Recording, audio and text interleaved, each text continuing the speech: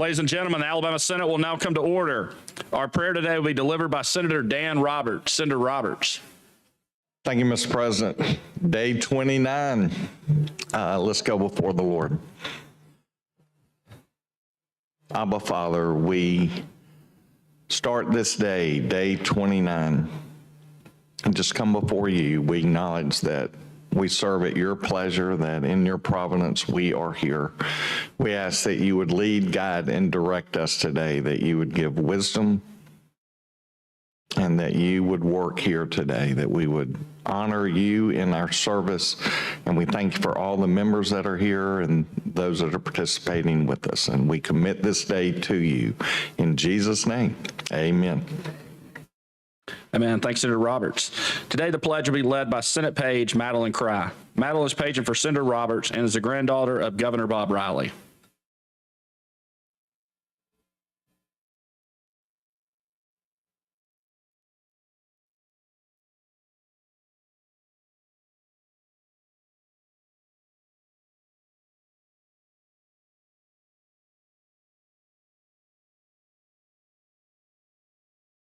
Thank you, Madeline. Secretary, call the roll. Mr. Albritton. Mr. Allen. Mr. Barfoot. Here you go, Greg. Mr. Beasley. Greg. Mr. Bell. Mr. Butler. Mr. Carnley. Mr. Chambliss. Mr. Chasteen. Ms. Coleman. Ms. Coleman-Madison, Mr. Elliott, Ms. Figures, Mr. Gavan, Mr. Gudger, Mr. Hatcher, Mr. Hovey, Mr. Jones, Mr. Kelly, Mr. Livingston, Mr. Melson, Mr. Orr, Mr. Price, Mr. Reed, Mr. Roberts, Mr. Schofield, Mr. Sessions, Mr. Shelnut, Mr. Singleton, Mr. Smitherman, Mr. Stewart, Mr. Stutz, Mr. Wagner, Ms. Weaver, Mr. Williams,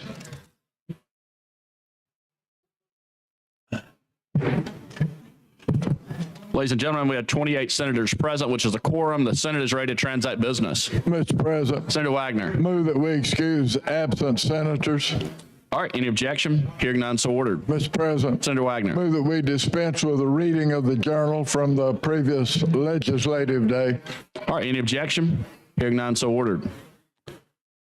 Mr. President, committee reports. Move that we receive committee reports throughout the day. All right, any objection? Hearing none, so ordered. All right.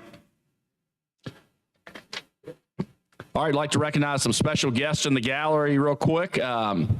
Guest of Senator Chambliss. Let's see, okay. First is the systems engineering lead and overall team lead for the national championship winning University of Alabama Astrobotics team, Madison Chambliss. If you could please stand. This is the daughter of Senator Clyde Chambliss. Welcome to Alabama Senate.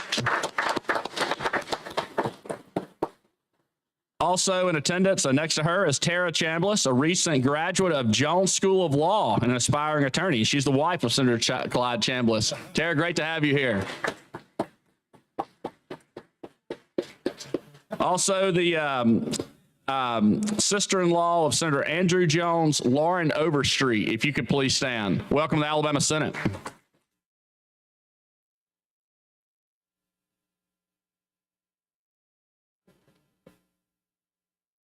All right. Now we'll move on to committees. The Secretary, call the first committee.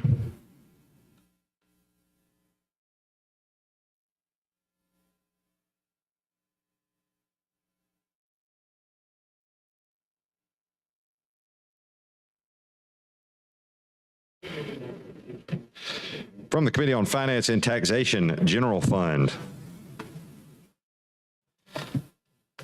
House Bill number 435 receives a favorable report by a vote of 3 ayes and 0 nays. Mr. President, Senator Smith. ask the title be read. All right, Secretary, read the title.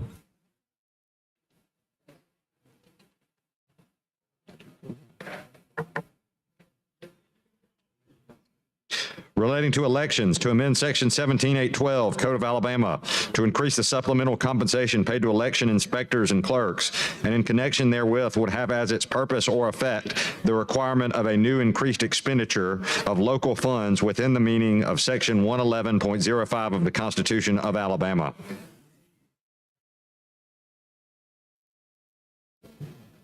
From Finance and Taxation General Fund, House Bill number 458 receives a favorable report by vote of 3 ayes and 0 nays.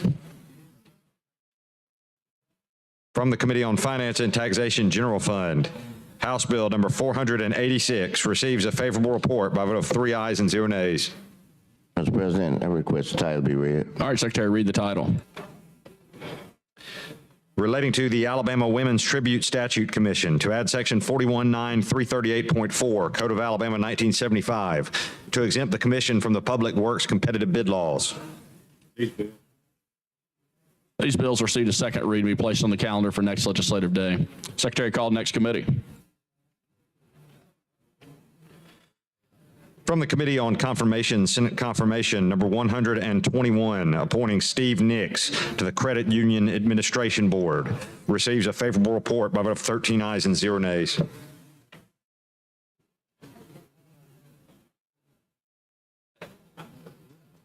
But the bill is not. All right, Senator Livingston, we're on confirmations. Mr. President, Senator Livingston. President, I move that the Senate confirm Steve Nix to the Credit Union Board President. using the long roll. Mr. President, I'd like to be recognized. You're recognized. On it.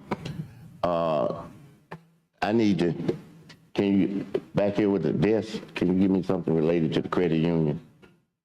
There's some history on this credit union. Yes, ma'am.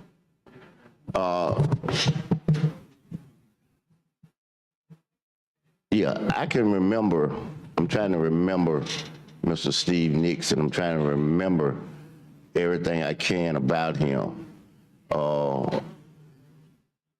He goes to your church. Why don't you tell, come on, tell me something about him, man. Tell me what kind of person he is. I don't want to be saying stuff that's not accurate about him. And,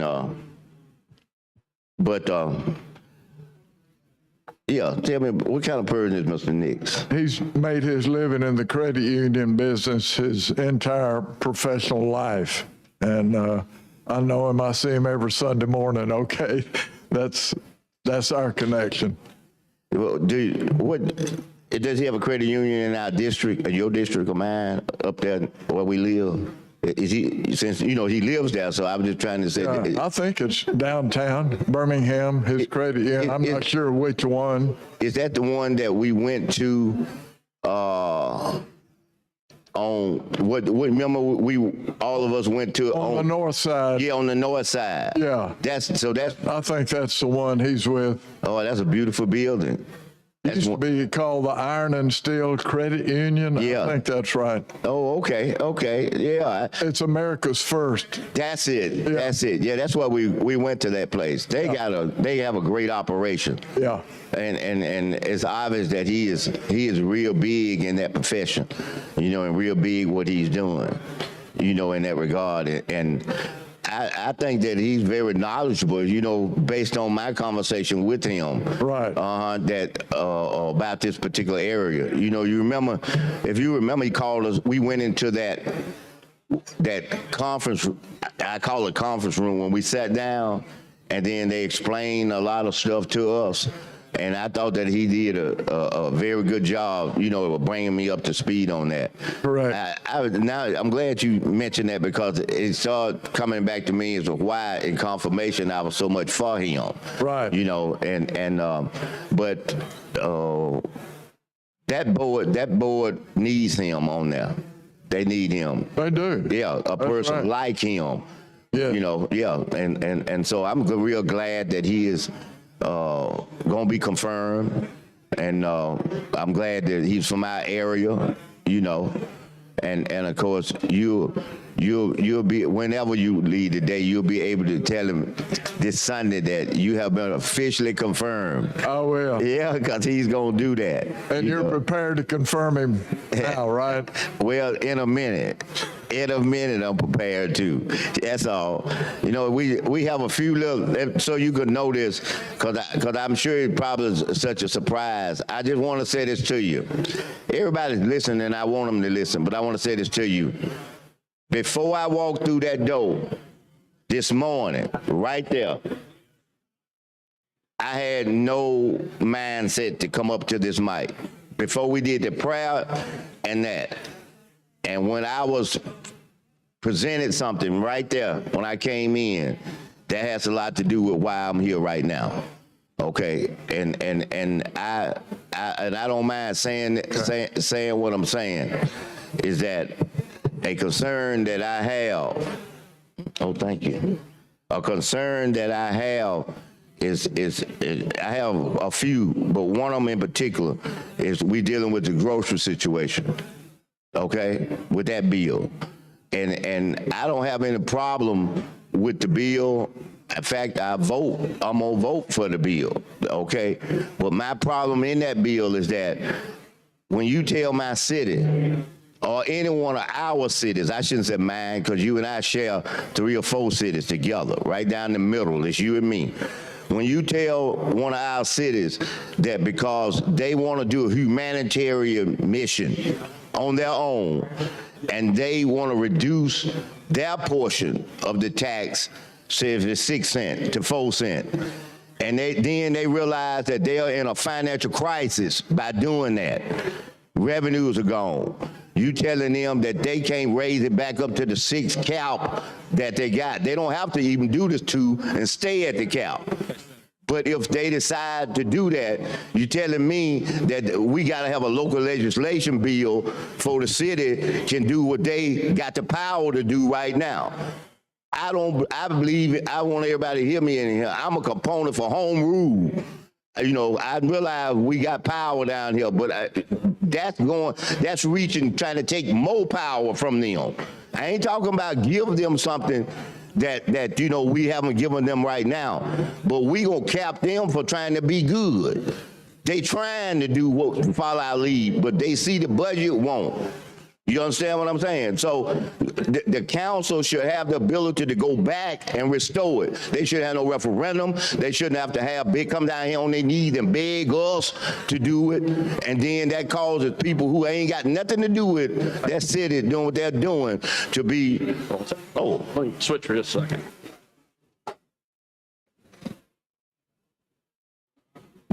So, Senator Livingston, you recognize. thank you, Senator John. So, Mr. Nix is a church member of yours? Yeah. Yeah. So, Mr. Nix, yes, sir. Steve Nix, He is. And the Credit Unions Association does an excellent job, do they not, Senator? they really do. And monitoring. He's been president of his credit union for many years, and he's a quality guy, and he needs to be confirmed. So I assume Senator Smithman probably will have a few more remarks, but at the end of the day, we need to confirm Mr. Nix. I think we will at the not at the end of the day, at the end of the hour maybe. That's right. We will, but I'll hold this for Senator Smitherman to have a conversation there back behind us there. Yeah. What's his credit union? Do you remember the name of his union? You know, I think America's First. I'm not sure about that, but that's a conversation Senator Smithman and I had. Yeah, you can go over there. But I'm gonna look at it.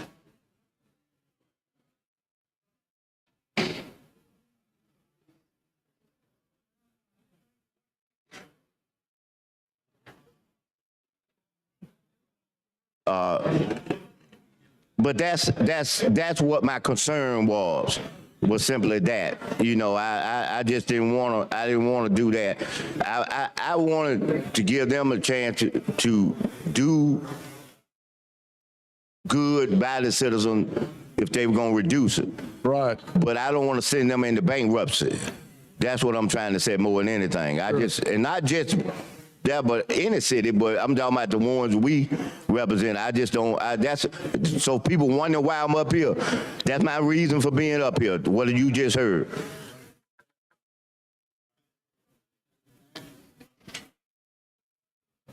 All right. So, Senator Wagner, Yes, sir. You said this was the All-American, you thought, credit union? I think, I may be wrong, but I think it's America's First. Do you have his biography, his America's First. information? Okay. Well, Do you have how his long? I do information? not have his information with me. I didn't bring it down the floor with me. So how long has Mr. Nix been on this board? Do you know? I missed it. Say that again. How long has Mr. Nix been on this board? Do you know that? I really don't know. I think at least 10 years. I think he's a long-standing member of Yeah. the credit union board. Yes, sir. Okay. Well, there were several members of this board, and he was just one of, I think, 4 that were up this year. So I'm not sure. I think there's probably 8 or 9 total members overall. So, Is he the only member we're confirming today to the credit union? there are 4 total, counting him, but I don't know that we're going to get to the other 3 today. So Are they on the calendar? they were on the calendar, Okay. yes, sir. They may not be here in just a few minutes. So Are we prepared to move to confirm? no, sir, not yet. We're holding Senator Smitherman's microphone for him. So just a few more minutes. So he's trying to understand some information in the back here. Moving down your agenda, how many confirmations do you have before the Yeah, Senate there are a today? total of 11 that are left. We've done 120 of them to date this year. So this will be the 121st. So there's 11 to be confirmed today. No, sir. Well, I thought you had 4 in the basket today. So we may just get this one done and move on to the regular order of business from here. So Okay. Maybe they're conversing with Senator Smitherman, and maybe he'll allow us to move ahead with yes, sir. confirmation. It's on a different issue, I think. So I think he intends to move his confirmation a little bit, but let's just hold on here for him just a few more minutes and as he works through his first hour, I guess, of confirmation. So We need to move with these confirmations so we can get on our regular agenda and move some of this legislation forward today. We probably have about 27, 28 bills to debate and hopefully pass today. I think it's yes, a sir. reasonably good calendar, but of course we have to deal with these confirmations first. It's usually a rules chairman's masterpiece, I think is the way it's always phrased, and that you've done another excellent job putting the calendar together, and I'm sure we'll hear about that in a little bit again Thank you. when we adopt the calendar. So there's some language that they're working on back here on one particular bill that they I think once we get on this calendar, it ought to move pretty quick. There may be a couple of showstoppers on here, but I think it's a calendar that'll probably be accepted by the majority of the members of this Senate. I think you're correct from looking at it in the conversation in caucus. I think everybody would be pretty happy with it. It's pretty innocuous. So There comes Senator Smitherman. I'm sure he's ready to confirm Mr. Nix. I am for this one. You know, I am for this one right here. I'm ready. This one, I'm ready to confirm it. So I yield back to you. I'll be real to the chairman, either one of y'all. I'll let y'all do it. Mr. President. Mr. President, Senator Wagner. do we have a long roll? I do not. Okay. Well, I'll renew the motion to confirm Mr. Steve Nix to the Credit Union Board. All right, using the long roll. Yeah, all roll. right. Okay. All right, Secretary, call the long roll. Mr. Albritton. Mr. Allen. Mr. Barfoot. Mr. Beasley. Mr. Bell. Mr. Butler. Mr. Carnley. Mr. Chambliss. Mr. Chastain. Ms. Coleman. Ms. Coleman Madison. Mr. Elliott. Ms. Figures. Mr. Gavan. Mr. Gudger.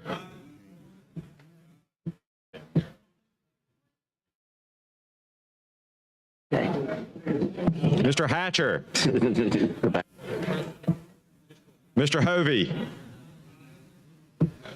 Mr. Jones. Mr. Kelly. Mr. Livingston.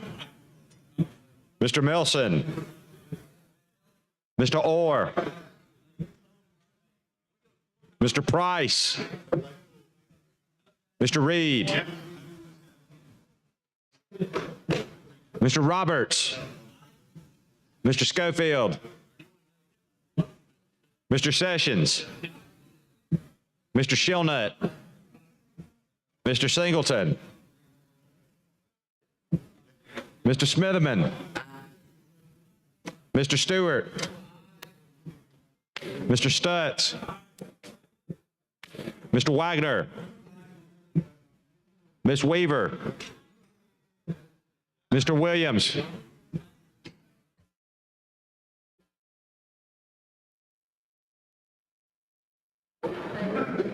Twenty-nine ayes, 0 nays. Steve Nix is confirmed. Thanks, Senator Livingston. Thank you, Mr. President. All right. All right, Secretary, call the next committee.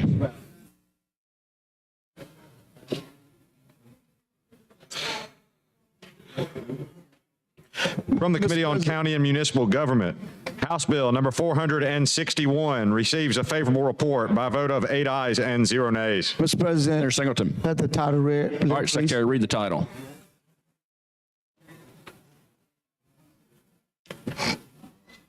Relating to Baldwin County to repeal Act 730, 1978, regular session, providing for the licensing of water well drillers by the Baldwin County Water Well Standards Board, to repeal Act 266 of the 1977 regular session, relating to counties having populations not less than 57,000 or more than 61,000 inhabitants, and providing for the licensing of water well drillers, to repeal Section 222412 of the Code of Alabama 1975, exempting Baldwin County from Chapter 24 of Title 22 Code of Alabama 1975, which chapter provides for the licensing of water well drillers by the Alabama Department of Environmental Management, and to provide for a statement of intent.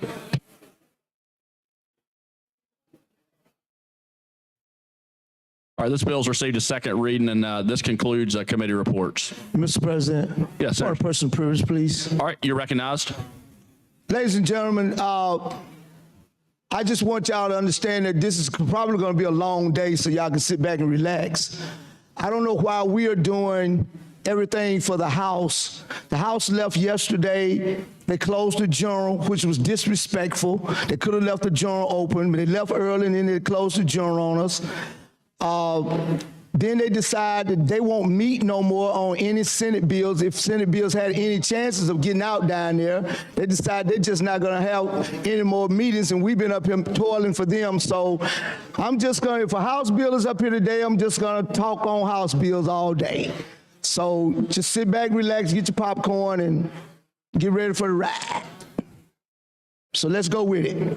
Bring it on. Thank you, Mr. President. Thanks, Senator Singleton. All right, now move on to motions and resolutions. Any members have any motions or resolutions?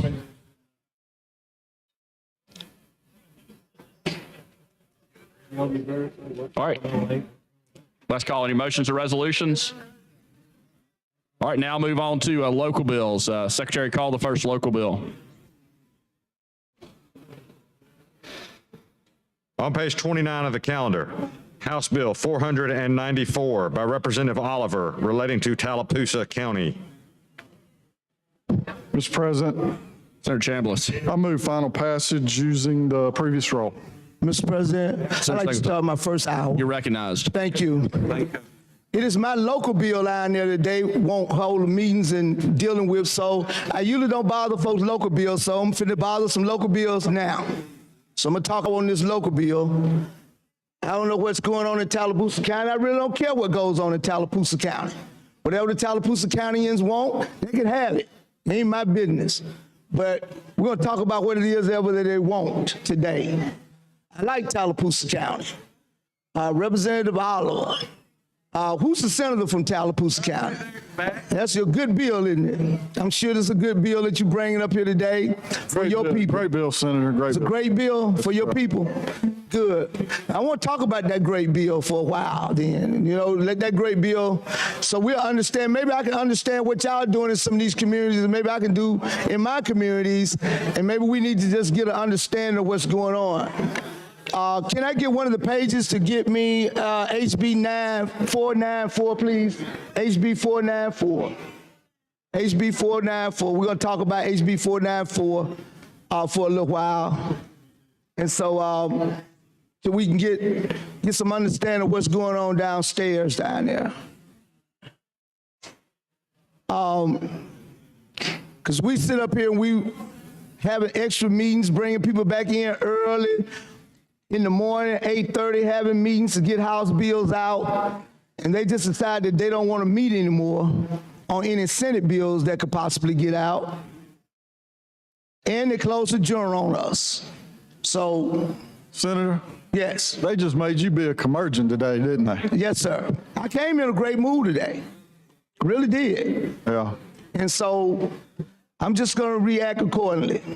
Since they don't care nothing about my little local stuff, should I care about somebody else's little local stuff? So they didn't leave the journal open? No, they closed the journal yesterday. We couldn't eat, all the stuff we tried to transmit yesterday couldn't go down, so it's just going out this morning. Resolutions and everything else we sent down yesterday. They closed it, and they went home early and closed the journal. That was disrespectful. What time they go home? They left about 12. I mean, they left early. I mean, they didn't stay in. There was no 12, but they didn't stay in more than an hour. And they went home. Well, And we stayed here toiling, getting House bills out. And so, we did a lot of them. exactly. And then at least they could have at least had the decency to leave the journal open. Yeah, well, I saw you earlier. I thought today was going to be a good day, but I thought so too. outside influences thought so too. Make you be a curmudgeon. Well, it's not so much of an outside influence, it's what's happening inside of our body. Well, I meant outside our chamber. Yeah, I mean, I go down to the House yesterday, talk to the speaker about getting a bill on. They moves it out of the basket, get it up. Thank you. And then they talk about they're gonna put it on today. So chairman of the committee said he's just not gonna meet on it. So if they decide they don't want to meet on it, then I won't do no more House bills if I don't have to. So relating to Tallapoosa County to establish the Lake Martin Tallapoosa County Tourism and Visitor Bureau. Oh, y'all finna create a Tourism and Visitor Bureau That's right. That's right. to provide for the board of directors of the Bureau and to authorize the board to receive and expand funds for the promotion of tourism. Lake Martin Tallapoosa County Tourism and Visitor Bureau is established in Tallapoosa County for the purpose of promoting tourism in the county. Lake Martin Tallapoosa County Tourism and Visitors Bureau shall be managed by a board of directors composed of all of the following: 2 members appointed by the county commission, 1 member of the city council in the city of Alexander appointed by the city council, 1 member appointed by the Alexander City Chamber of Commerce, 1 member to represent Wind Creek State Park appointed by the board member provided for the subdivision 1 and 3, 1 member of the Davie Chamber of Commerce appointed by the board and members provided with subdivision, 1 member of the hotel and lodging community. The board may appoint additional advisory members as non-voting members. Each board member should serve at the pleasure of his and her appointing authority. The board may receive and expend state, county, municipal, and other public funds and funds for private sources. All funds shall be expended to promote tourism in Tallapoosa County and the Lake Martin and surrounding area. This act shall become the first of the 3rd month. See, now, if I was in Tallapoosa County, I would ask, how do we make sure that there's diversity in this bill? But I'm not from Tallapoosa County. Y'all do what you want to do. I don't know who y'all gonna put on this board, but I'm sure that there are a diverse race of people in Tallapoosa County and in the Lake Martin area, and this board doesn't set up to make sure that there is diversity. And I know diversity is a nasty name around this country today. I don't know why people wouldn't want things to be diverse when this country has worked so much better when you have inclusion, and people are firing people because they bring in a diversity and inclusion officer on some jobs and things of that nature. And people want to boycott somebody because they brought in somebody with diversity and inclusion. This is a melting pot that we're in. You're going to be diverse. You're not going to be no one race of people trying to do everything. And so there are other people that has talents and can get things done. So this is just Tallapoosa County. Simple page and a half bill, 2-page bill, and that sets up the bureau in Tallapoosa. And it's just for around the Lake Martin community. And so is there a lot of tourism going on over there now? You getting a lot of people coming in? Is there a lot of fishing and off that area of the lake coming in Tallapoosa? Is that where the Bassmaster goes in at? Well, it's not where it needs to be. There's the potential for it. And this bureau will go in to try to help bring that in and bring dollars to the state, that kind of thing, dollars to the area, and will help, get the word out. Because, it can be something that's great, but if nobody knows about it, it doesn't matter. You got to get the word out. So this agency, this bureau, is to help get the word out so folks will come in, fish, go to the lake, shop in Alex City, which I represent Alex City, that kind of thing. So with all of these different entities that are involved here, and it says that funds from county and municipal areas can be spent. Will there be a central fund coming together to spend money on this, or will people from their different budgets that they already have expend money on this tourism that represents this area? Because I didn't see a means of linking them up.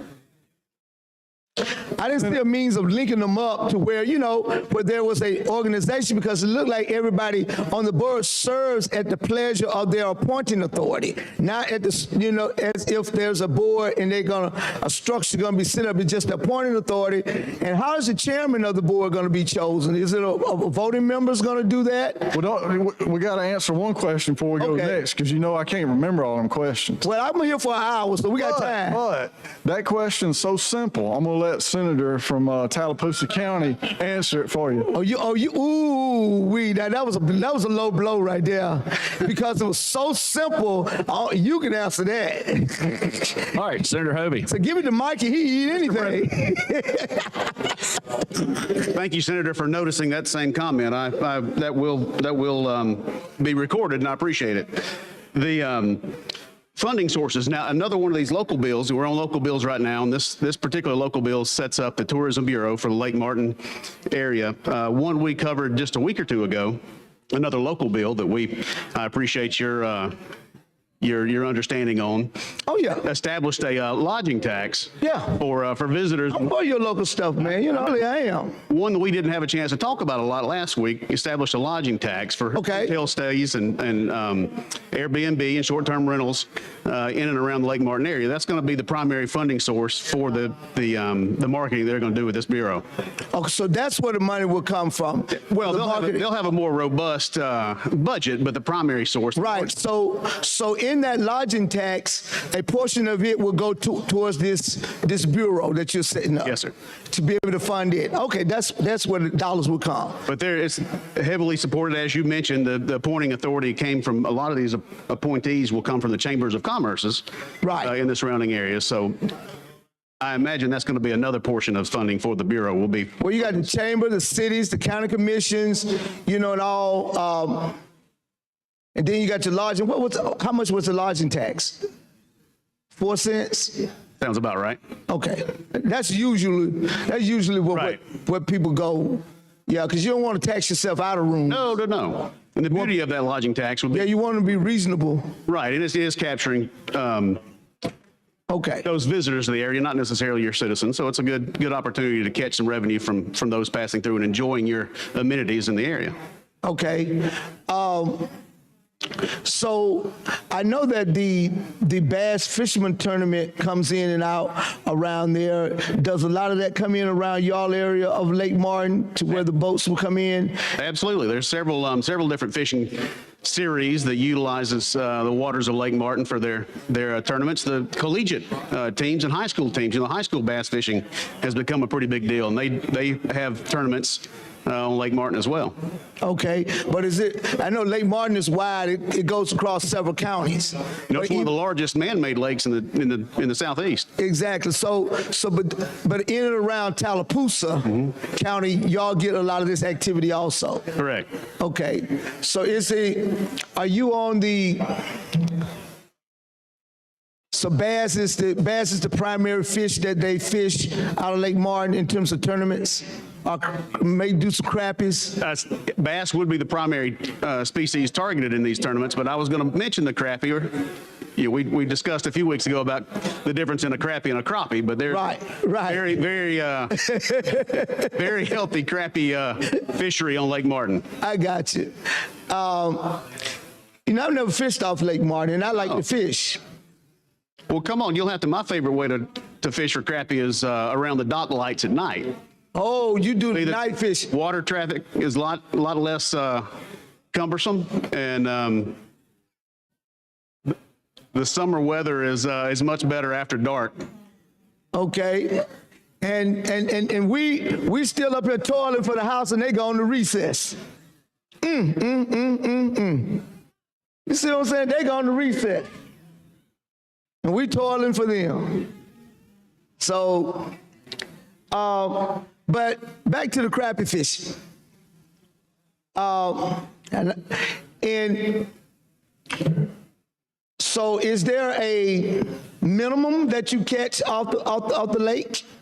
I know that game wardens will only want you to catch a certain size or a minimum amount of fish off the lake. Is that a Lake Martin rule? Not a Lake Martin rule, but there is a state rule. I believe it's 25. The creel limit on crappie is 25 per fisherman.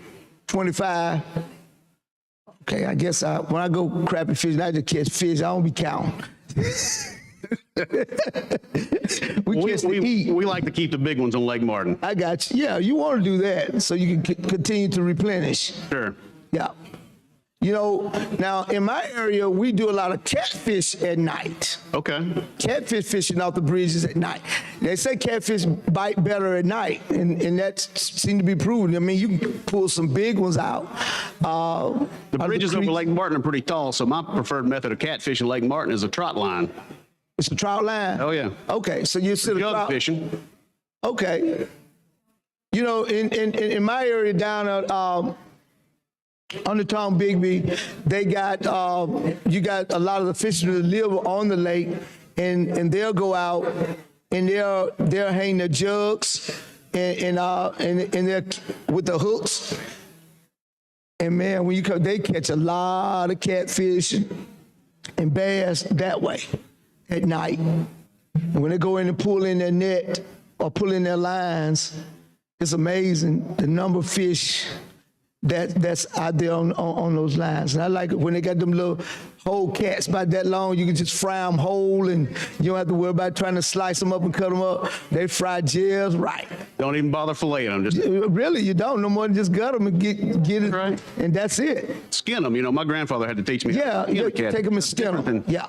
Take them and skin them. Sure will. But that's some good fish eating, man. I'm one of those outdoorsmen. I like to camp. So if I set up my tent or something on a lake and be there, or go out camping, like to catch my fish, take my fryer, eat it right there, Absolutely. That's the best. Cast iron skillet over a what you talking about? What you talking about? I hear you. Yes, indeed. Got your large skillet and well, that reminds me of some of my earliest memories on Lake Martin. My dad, I've got two younger brothers, and so the easiest way to keep us busy in the summer months was to camp on an island. So we would do that. We'd fish at night, come back and cook at the campsite on an island. Wow. I bet that was fun. Good times, good memories. That was fun. It was- But that was right there on Lake Martin. So we want to make sure that everybody else in the state and Southeast is aware of the opportunities that Lake Martin can provide. And that's what this Tourism Bureau is going to be able to. I think this is spread a the great word. thing. I mean, if you don't promote your area, who's going to promote Yeah, it? exactly. You know, you can't depend on the Department of Tourism to say, hey, here it is. You got to do what you do and seek their advice and seek their assistance in helping you get it out further across the nation, you know, because, you know, the RSA has this big television station that pushes a lot of Alabama tourism out there. You know, they do a lot of our tourist sites from the beaches to the mountains, from the Rockets to Science to the Black Belt to Adventurous, all the way over, you know, to East Alabama. Talk about Lake Martin, bass fishing and all that. So I guess when, you know, you get there, that can be a part of that whole national and international sale for the state. And Lake Martin will, and that bureau can help push it a little bit further to be able to bring in more revenue in that area, get more bodies in those beds overnights, get people interested in more in fishing, and just being able to come in and just do other nature trails. Do you have nature trails through there? Oh, yes. Now, we had a great opportunity to support. I had a great opportunity to support with some of our tourism grants, Smith Mountain Fire Tower Trail System. I've got an old fire tower in the Sandy Creek area of Lake Martin that is a very popular trail system that people hike around and enjoy the woods and climb up to the top of Smith Mountain Fire Tower. Wow. Get a view of the lake there from that area. Wow. Beautiful. Good. And but see, those are some of the natural treasures that we have in this state that you're right, if we don't promote them, people don't know. Alabama is a beautiful state. It has a lot different terrains across the state that you can get a lot of diversity in soil and weather, you know, the whole 9 yards that makes the state a great state to live in. And so, but if we don't sell it to people, you know, they just think that we backwood hot Alabama. That's fair enough. That's right. That's why we need these tourism bureaus to spread the good word about Alabama. Exactly. That's why when people come here and they finally see the state, they say, wow, I didn't know Alabama was so beautiful. I didn't know y'all had all these mountains. I didn't know you had these beaches. I know you had this beautiful white sand. They don't even know that we're on the Gulf. You know, for some people, you know, who had just never been here before, they'd be surprised that when they come to our beaches, how pretty and pristine and clean that they are. And so then they can go to the mountains, and you can go to Cheaha at the highest point of the mountain. Like you said, you can do it on Lake. You can go in Sand Mountain, you know, in Jackson County up see the caves. There's just a lot going on in this state that I think even Alabamians don't even know about, who've been living here all of their lives. Just never experienced other part of the state to where there is a lot of opportunities to have a good time. Absolutely. Without leaving our state. You could vacation right here in Alabama and have just as good a time if you would go to Wyoming, Jackson Hole somewhere, you know? Do the same things. And again, these local tourism authorities, I think, do a good job of pushing that message locally, obviously, but then regionally in the state, not necessarily trying to capture out-of-state tourism, but just even our interstate tourism, as you say, that can bring people from different corners of the state to enjoy areas they didn't even know existed. You're right. Do you have a lot of bait and tackle shops in the area? You know, a few, not a whole lot. I see a lot of them are going out. Yeah. I know in my area, even though we got the river around, but the bait and tackle shops are fading out. And it's hard to sometimes even find your bait, you know? You know, that's like a lot of small businesses. Sometimes they're pushed out and struggling because of some of the larger big box stores. So I hate to see that. I like to support a few local bait shops around Lake Martin. You know, getting live minnows is hard. So we're talking about crappie. Now, live minnow is hard. And so, you know, there's only a handful of spots around the lake that you can get live minnows, which is my preferred bait for crappie fishing. Yeah, we used to grow our own baits, you know, a bait bed. Put your bait bed, put your food in, pile it, and grow your bait and grow your night crawlers or your red worms. So that's what we started doing when the bait shops started to disappear. That's right. We started building your own bait beds. You know, I had a grandfather one time bury an old refrigerator with a door on the top. Wow. To have his soil and his compost in there to grow his worms, and he'd shut the door and open the door to access them. They couldn't get out of the buried refrigerator, so it's not a bad method. I see. Think about that one. And your refrigerator full of bait. Oh yeah, You had bait all year round. just had to dig it out. Really? I can see that happening. So, I think, these bureaus have a lot of value in giving direction to how your county is going to grow. In as much as this is about tourism, it is also about economic development. Absolutely. Why people say tourism is really economic development, because it's bringing in dollars, it's doing what it's supposed to do, in that playing its part of economic development for a community. Well, and that's a good point. We've been talking about a lot of the natural resources around Lake Martin, but coming up here this summer, the Lake Martin area is going to enjoy the Lake Martin Songwriters Festival, and that's spread out over several locations over a weekend or two, bringing visitors to the Tallapoosa County area and highlighting local bands and local establishments to enjoy live music. And so it's a big part of the marketing to bring people into the area. It's a pretty exciting time around the lake. So they're going to have a songwriter festival? Absolutely. Man, when is that going to be? An annual event. It is? At the end of June. See, I didn't even know that. Hey, come on, see, that's if the I tourism love bureau's gonna be able to music. get I that love word out. to hear authentic music, regardless of what genre it is.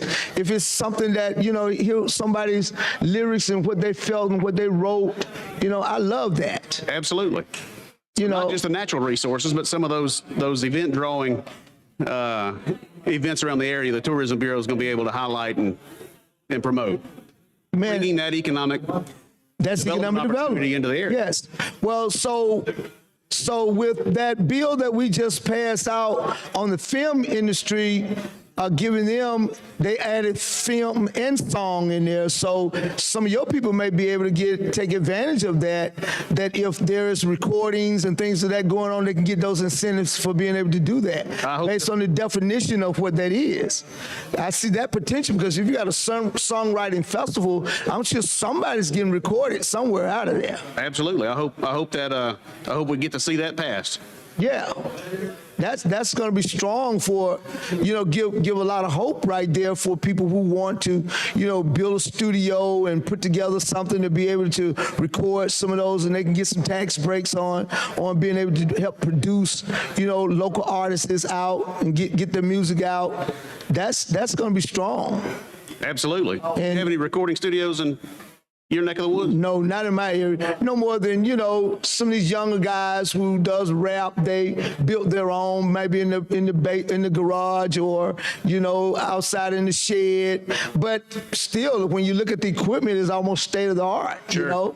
And because there's no one there, they're doing their own thing, making their own music. Still, the fact that they're making music. Yeah, and they probably promote that on YouTube and online they do. areas like that. Yeah. And if they had a good active tourism bureau, they might be able to be highlighted in some of those. Well, we have one in the area over there. I mean, you just got to get people involved in to the point to where they see that as an industry to be able to move it. You know what I'm saying? Right. That's what we need to do. I got you.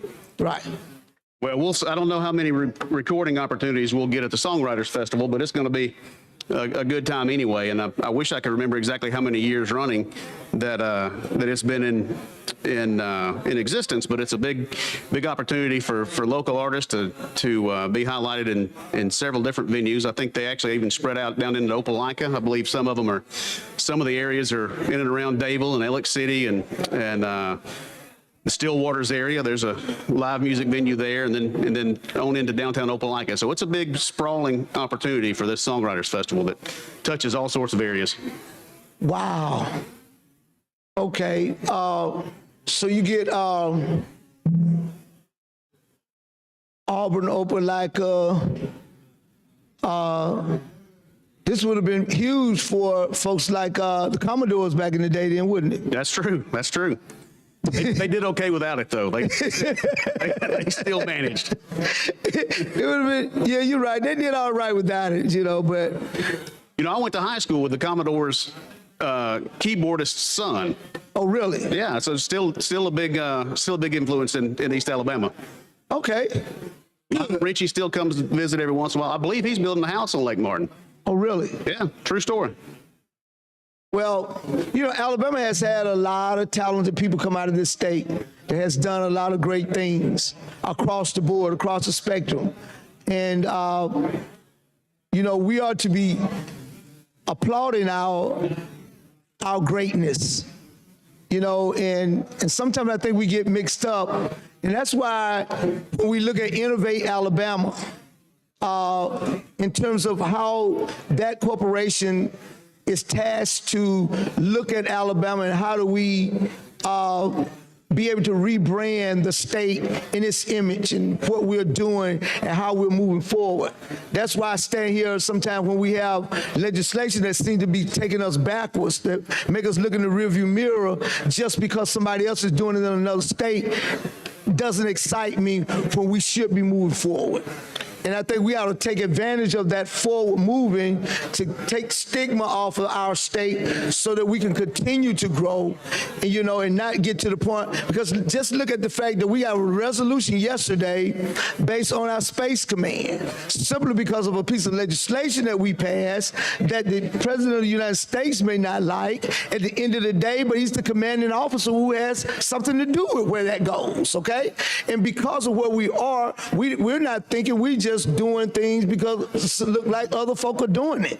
And so we got to watch what we do, because the repercussion of it, or as we always talk about, the unintended consequences, sometimes, as Smitherman said, the wings come by and it might just chop your head off. You know what I'm saying? Well, it's important to direct the narrative, that's for sure. It'd be easy to get lost in some of the negative arguments and opinions on what's taking place in the state, and that's why it's important. As again, going back to these tourism and marketing opportunities, it's big to be able to.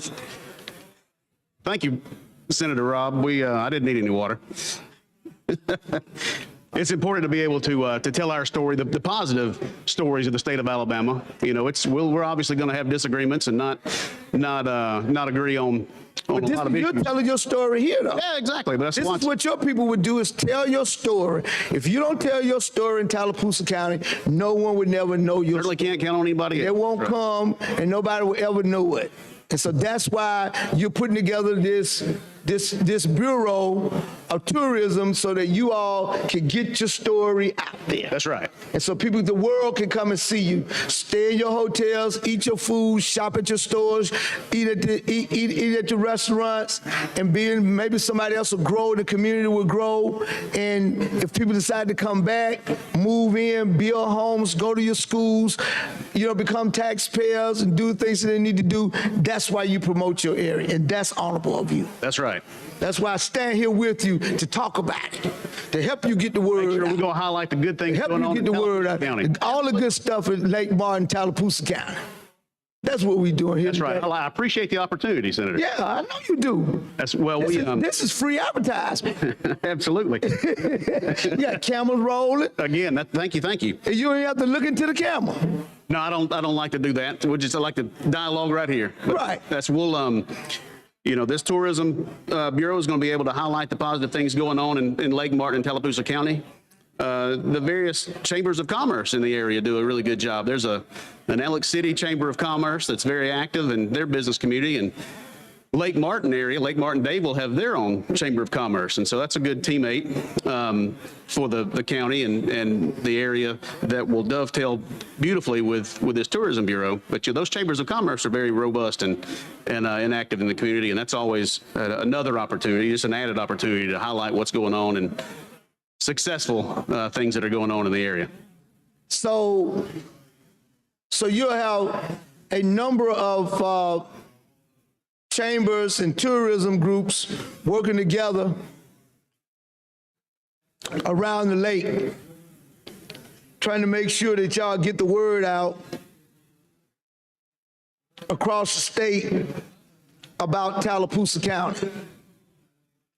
and what Tallapoosa County has to offer and how it's going to work.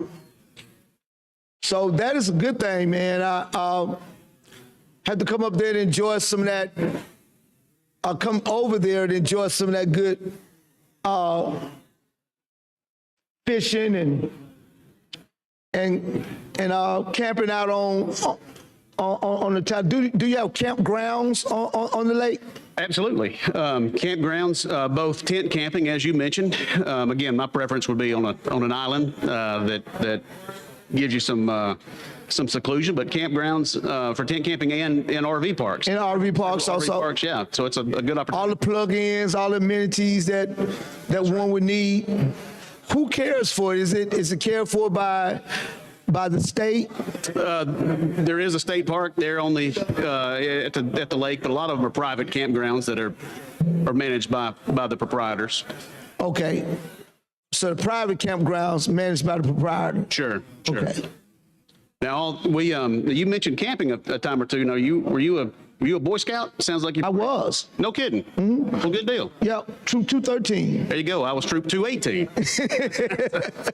Very good. Started out as a Tiger Cub and Miss LeCompte's first grade class. I remember when they came through and introduced us to Cub Scouts and went all the way from Webelow. I went to the Webelow Scout. Right there in between Cub Scouts. Yep. Cub Scout and Boy Scout with the Webelow. That's right. They had the plaid scarves, if you remember. You had the different color scarves, and that was a special thing by Webelow. So we now did you? How far up? Well, I won't. We had a great active troop in Opelika and Auburn, sponsored by the Elks Club. And I, as a boy growing up in Troop 218, sponsored by the Elks Club in The Elks? Auburn. Yeah, so it was. Okay, I'm a member of the Elks Club. Look at that In my community. Man, we've got much more in common than you ever Exactly. thought. But we always had a good time. But camped out a lot with Troop 218 on Lake Martin and the general areas. So it was always fun. But I just didn't know if you were a scout there in West Oh, Alabama. yeah. Scouts went out for a while there, and what was sad in my area, I remember being in high school, through elementary, junior high school, and part of high school being in the Scout. I think I stayed in to the 9th grade until I felt like I got too grown for it. I had an assistant scoutmaster. I still like to quote, boys enjoy scouting and everything that goes along with it until they catch a whiff of fumes. Right. And that's either, gasoline fumes or perfumes. Yes. But, it becomes much harder to keep young men engaged in high school. And I think my scoutmaster, Mr. Johnson, got sick. And there was really nobody else that came along to just want to take it up. And then it kind of disappeared a couple of years. And then there was a couple of the ladies in the community took on the Boy Scout. I think I was in college at that time. They're just, not that women couldn't do the job, but I just would rather have seen a man dealing with that, with boys doing the Boy Scout. Even though they had the Girl Scout, they were trying to work the Boy Scout, and they kept it going, and I applaud them, for doing what they did. But I see now that it's active again in my community. Good. Starting to pick up again. And I haven't seen the Boy Scouts, I've seen the Cub Scouts. So I'm not sure whether they have an active Boy Scout troop. Have they reactivate that 213 again yet? Well, hopefully as those young Cub Scouts grow, They'll move on up. Right. Parents can stay involved, and just like any other volunteer organization, you're only as good as your people that are willing to support. stand in there and support it. That's right. So hopefully as they age on through the progression, as we were saying earlier, from Cub Scouts to Webelos on into the Scouts, you'll see some engaged parents that are willing to. Did you learn to tie the different knots? Oh yeah, I was a good knot tire. Okay. The orienteering was one of my favorite merit badges. Using the compass, they give you a map and some points and learn how to make your way through the woods. That was always a fun exercise. I think I got out before I remember they coming around and asking us about an Eagle Scout test. I wouldn't think about it then. I wish I had stayed in and got that Eagle Scout badge. And I did. You got your Eagle Scout badge? I am an Eagle Scout. Congratulations, man. Well, I appreciate it. It's a big deal. You don't. That is a big deal. You don't realize that at the time, always, but my mother, and I'll give her full credit for staying on me and encouraging me to stick with it and not be distracted by the fumes. Yeah, I did though. That was, it happens. But I am proud of that, and I'm very appreciative of my mother for encouraging me to stick with it. But That's awesome. Senator Singleton, care if I recognize some special guests Please in the do, Mr. gallery? President. All right, if I can get y'all's attention, got some very special guests in the gallery. The guest of Senator Barfoot and also Chief Trotter. So Derek's wife, Kayla, if you could please stand. His son, Hollis, if you could please stand, and his daughter, Claire. So if y'all could please stand. Welcome to the Alabama Senate.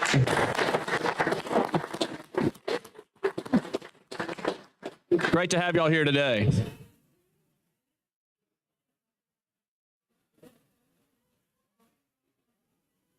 And so, man, that is awesome. I sometimes regret the fact that I didn't stay around to get that. well, that's like I say, that was one good decision to stick through it. One decision I regret not, or one hobby or one area in growing up that I wish I'd stuck through. And one of my favorite journalists, Louis Grizzard, has the same regret, quitting piano lessons. I took piano lessons through junior high school and early high school. Doing what? Piano lessons. Piano lessons? I regret not Taking it? Well, I took them. I quit. Staying with it. Yeah, I wish I'd stayed with it. So I did stick through the Scouts. I gave up on my piano lessons. Well, I played in the marching band through high school. I played trumpet, little French horn. You wanted to be a Commodore. Maybe not.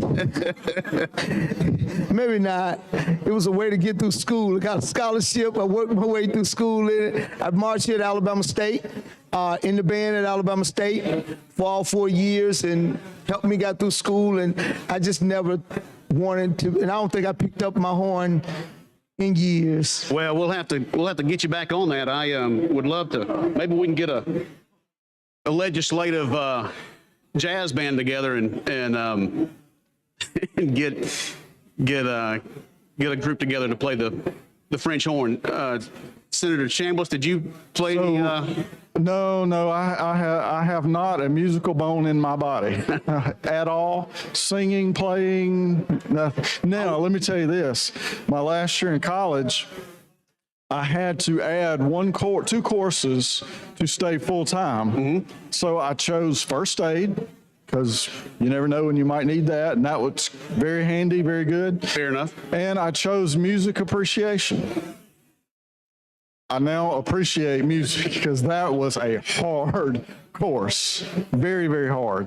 I'm not musical myself. I grew up singing in the church choir, youth choir, and on in the church choir. My wife's family is extremely musical. Her father was the drum major at his high school and went on to actually play in a band for a long time. My mother-in-law is a very accomplished pianist. She's played at Carnegie Hall and Lincoln Center and has traveled the world playing the piano. And my brother-in-law is a very accomplished guitarist. But the joke, so anytime I'm at church and my in-laws, my family participate in the music program, and there's always some wisecrack from a neighbor asking why I don't join, and I always point out that someone's got to be in the audience to listen and appreciate it. The only musical instrument I play is the radio. I'm sorry? The radio. I can play the radio. Oh, the radio. Yeah, I thought you were going to say the kazoo or something like that. That tambourine, I've often volunteered to play the tambourine, but nobody takes me up on it. I can bang the cymbals. I won't say play because I might not be in the right step. I was gonna say, can you bang it at the right time? No, I'll hit it when somebody tells me to. There you go. Something like that. But the conductor can give you a nod. That's right. So, and you were telling some stuff earlier that was actually informational to me as well about the Writers Tour. Is that what you called it? The Songwriters Festival. Festival. That's right. That's right. Yeah. So that'll be the end of June, and there'll just be people from all over the state, or even beyond that. There'll be some from around the state, but they like to highlight a lot of the local musicians in a lot of the local live music venues. So it's really just a marketing opportunity to have everybody celebrated at the end of June. Right. Well, and the other thing I was thinking about and you may have mentioned this, obviously, we're trying to work some things out, but did you mention when you all were talking about camping, mention Wind Creek State Park? Yes, absolutely. Yeah, that's a big draw, and they stay booked way in advance, and I've been there a few times, and it's a really good place, so. Look like we got 20 minutes in this hour. I'm enjoying talking to you. Yeah, likewise. We're learning about each other. Yeah. And that's a good thing. Absolutely. We haven't had an opportunity to talk like this. Glad we And do public. we learned something about each other today. That's right. Yeah. And you see what could so much could be accomplished if people just talk.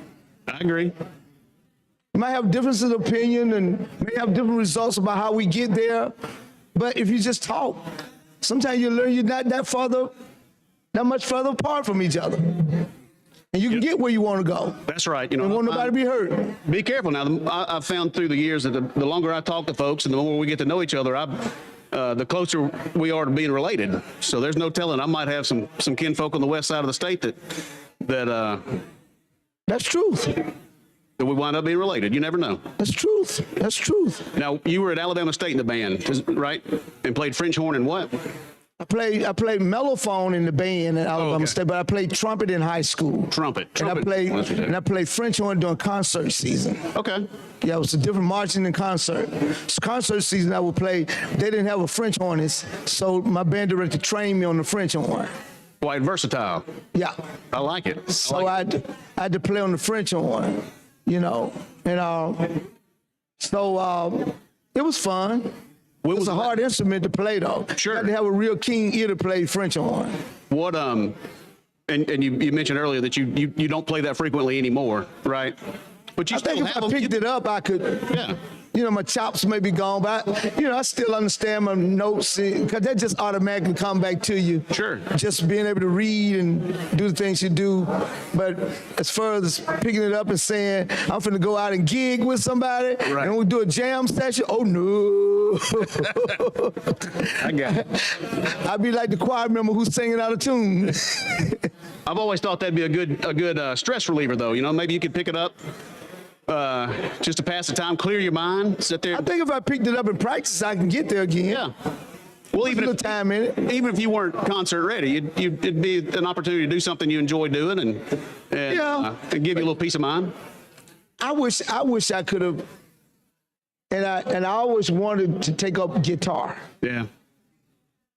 And I would love to be able to play an electric guitar. I love that sound when somebody just step out there on the front of the stage and just pull that string to them.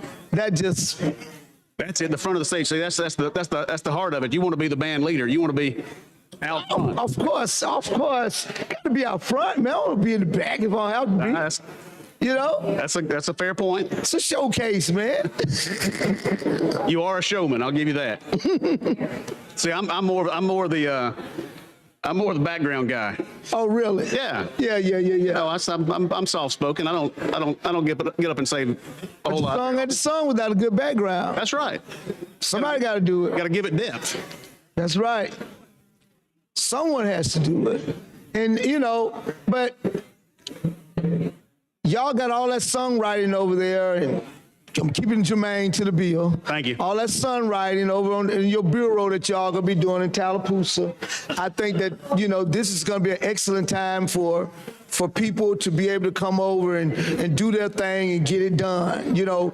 Get some music contracts, be able to maybe bring a film over there and shoot it off the lake. That's right. Well, hopefully, like I say, that would be huge. You see all of these movies with lake scenes on them. Oh, yeah. Why not Lake Martin? Well, if we can get this film and music incentive passed.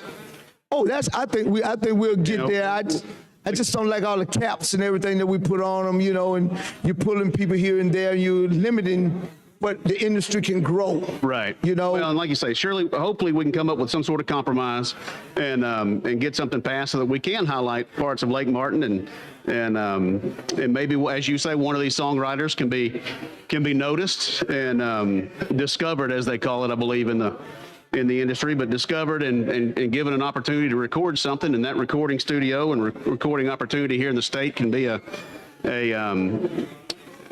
legitimate tax credit, I believe, as it's outlined in the upcoming bill, that would give that songwriter that was on the stage at the Lake Martin Songwriters Festival an opportunity to be famous someday, and if they can parlay that into, or the Visitors Bureau, the Tourism Bureau there at Lake Martin and Tallapoosa County can parlay that opportunity into a film chance, that'd be even better. I've mentioned the Smith Mountain Fire Tower earlier and the views from the top of Smith Mountain and all over the Sandy Creek area. I think certainly we could have some pretty scenic movie shots from that area. It would be a great opportunity to see the beauty of East Alabama, East Central Alabama, and certainly is film worthy in my opinion. We'll see if we can get that tax credit working and have the opportunity to be shown on the big screen, big or small screen. Well, I guess that's still will be applicable to both film and TV. So hopefully we can get some of that stuff really churning in the state. Thank you, sir. President, I would yield to the gentleman across the way to move for final passage. All right, Senator Hovey. Thank you, Mr. President. I would move for final passage using the previous roll. All right. We have Yes. all right, any objection? Hearing none, so ordered. Strawbritton. Mr. Williams. Senator, you want to be on the? I want to be on the roll, yes, yes.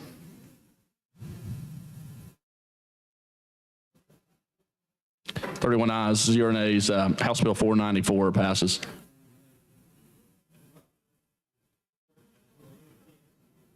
All right, Secretary, call the next local bill.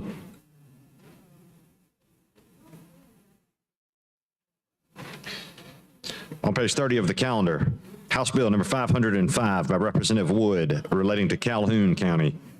Mr. President, I move final passage using previous roll. All right, any objection? Hearing none, so ordered. Strawbritton. Mr. Williams.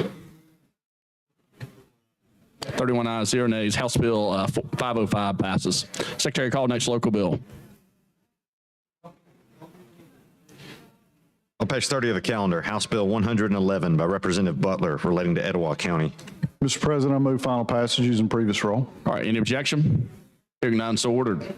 Strawbritton. Mr. Williams. 31 ayes, 0 nays. House Bill 111 passes. Secretary, call next local bill. On page 30 of the calendar, House Bill 504 by Representative Smith relating to the Chilton County Commission. Mr. President, I move final passage using previous roll. All right, any objection? Hearing none, so ordered. Mr. Albritton. Mr. Williams. Yeah. 31 ayes, 0 nays. House Bill 504 passes. Secretary, call next local bill.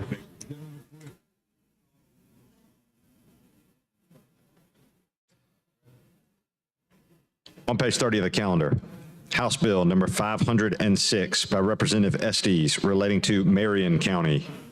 Mr. President, I move final passage using the previous roll. All right, any objection? Hearing none, so ordered. Mr. Albritton. Mr. Williams. All right, 31 ayes, 0 nays. House Bill 506 passes. Secretary, call next local bill.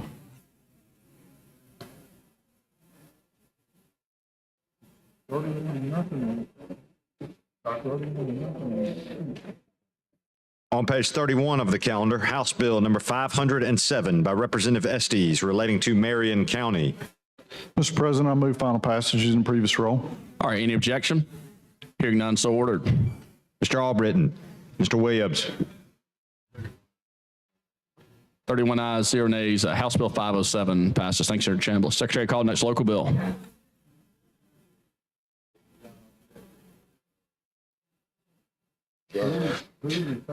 On page 31 of the calendar, House Bill number 508 by Representative Estes relating to Marion County. Mr. President, I move final passage using previous roll. All right, any objection? Hearing none, so ordered. Mr. Albritton. Mr. Williams. 31 ayes, 0 nays. House Bill 508 passes. Secretary, call next local bill.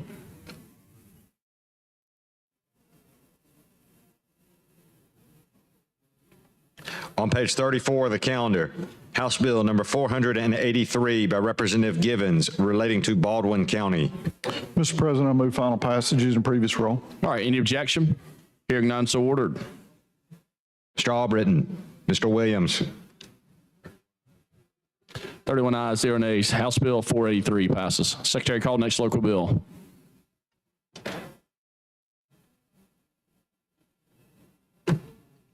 On page 34 of the calendar, House Bill number 510 by Representative McCampbell relating to Sumter County. Mr. President, I move final passage using previous rule. All right, any objection? Hearing none, so ordered. Mr. Albritton, Mr. Williams.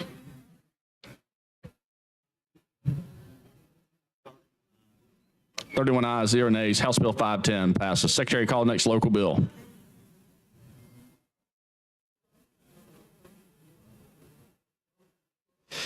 On page 34 of the calendar, House Bill 488 by Representative Hulk Jones relating to Baldwin County.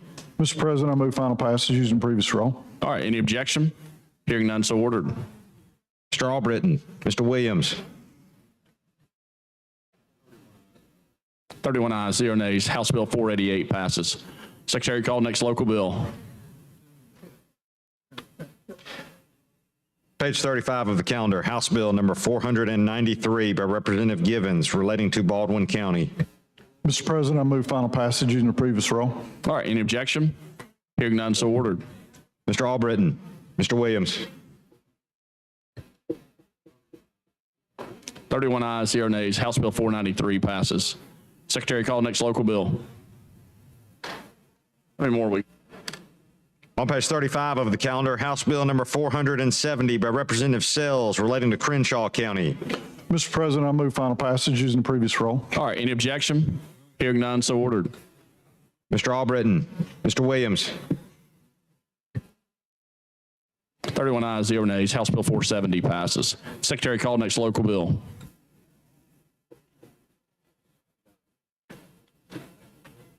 On page 35, House Bill 453 by Representative Hurst relating to Talladega County. Mr. President, I move final passage using previous rule. All right, any objection? Hearing none, so ordered. Mr. Albritton, Mr. Williams. 31 ayes, 0 nays. House Bill 453 passes. Secretary, call next local bill. No, just one minute. Yeah. On page 35 of the calendar, House Bill 461 by Representative Givens relating to Baldwin County. Mr. President, I move final passage using previous rule. All right, any objection? Hearing none, so ordered. Mr. Albritton, Mr. Williams. 31 ayes, 0 nays. House Bill 461 passes. This concludes local bills. All right, Senator Wagner. Thanks, Senator Chambliss. Mr. President, Senator Wagner. have a report from the Committee on Rules. All right, Secretary, read and receive the report from the Committee on Rules.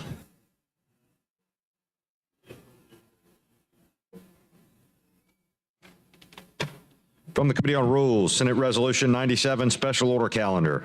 Be it resolved by the Senate that the following bills in the order name shall be the special paramount and continuing order of business, taking precedence over all other matters until disposed of for the 29th legislative day only. On page 33 of the calendar, House Bill number 479 by Representative Garrett relating to taxation. On page 19 of the calendar, House Bill 175 by Representative Garrett relating to the one-time taxpayer refund. On page 7, House Bill 87 by Representative Moore relating to law enforcement. On page 17, House Bill 211 by Representative Rim relating to motor vehicle registration. On page 7, House Bill 320 by Representative Bedsole relating to sheriffs. On page 16, House Bill 473 by Representative Givens relating to the surrender of infants. On page 14, House Bill 168 by Representative Underwood relating to public contracts. On page 14, House Bill 422 by Representative Wadsworth relating to Smith Lake. On page 19, House Bill 293 by Representative Brown relating to port incentives. On page 6, House Bill 339 by Representative Pringle relating to elections. On page 13, House Bill 432 by Representative Smith relating to driver's licenses. On page 29, House Bill 471 by Representative Garrett relating to county personnel boards. On page 26, House Bill 491 by Representative Faulkner relating to taxation. On page 8, House Bill 220 by Representative Ellis relating to the Shelby County Board of Registrars. On page 21, House Bill 445 by Representative Garrett relating to taxation. On page 11, House Bill 430 by Representative Garrett relating to the Literacy Task Force. On page 11, House Bill 342 by Representative DeBose regarding the Alternative Teacher Preparation Program. On page 26, House Bill 347 by Representative Moore relating to residential real estate. On page 22, House Bill 267 by Representative Wadsworth regarding the Alabama Business and Nonprofit Entity Code. On page 25, House Bill 377 by Representative South relating to the Board of Adjustment. On page 26, House Bill 399 regarding the Administrative Procedure Act. On page 12, House Bill 286 by Representative Stringer relating to public records. On page 31, House Bill 217 by Representative Daniels regarding income tax. On page 25, House Bill 337 by Representative South regarding the Department of Finance. On page 15, House Bill 289 by Representative Gavan regarding law enforcement. On page 8, House Bill 319 by Representative Drummond relating to the Alcoholic Beverage Control Board. On page 18, House Bill 133 by Representative Rafferty regarding the Preceptor Tax Incentive Program.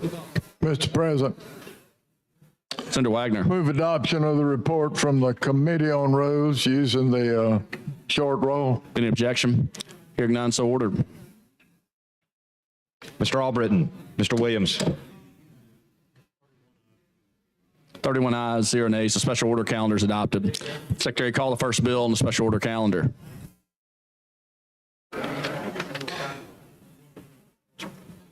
On page 33 of the calendar, House Bill 479 by Representative Garrett regarding taxation and revenue.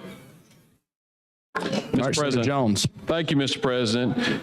This is our grocery tax legislation. I have a substitute. All right, Secretary, read and receive the substitute.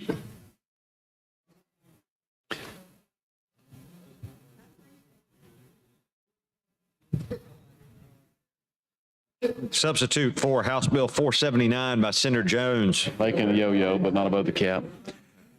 Mr. President, I'm going to answer questions, but at this time, I'll go ahead and move adoption of the substitute using the previous roll without objection.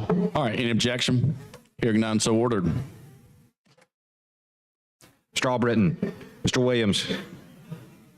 31 ayes, 0 nays. The Senator Jones substitute's adopted.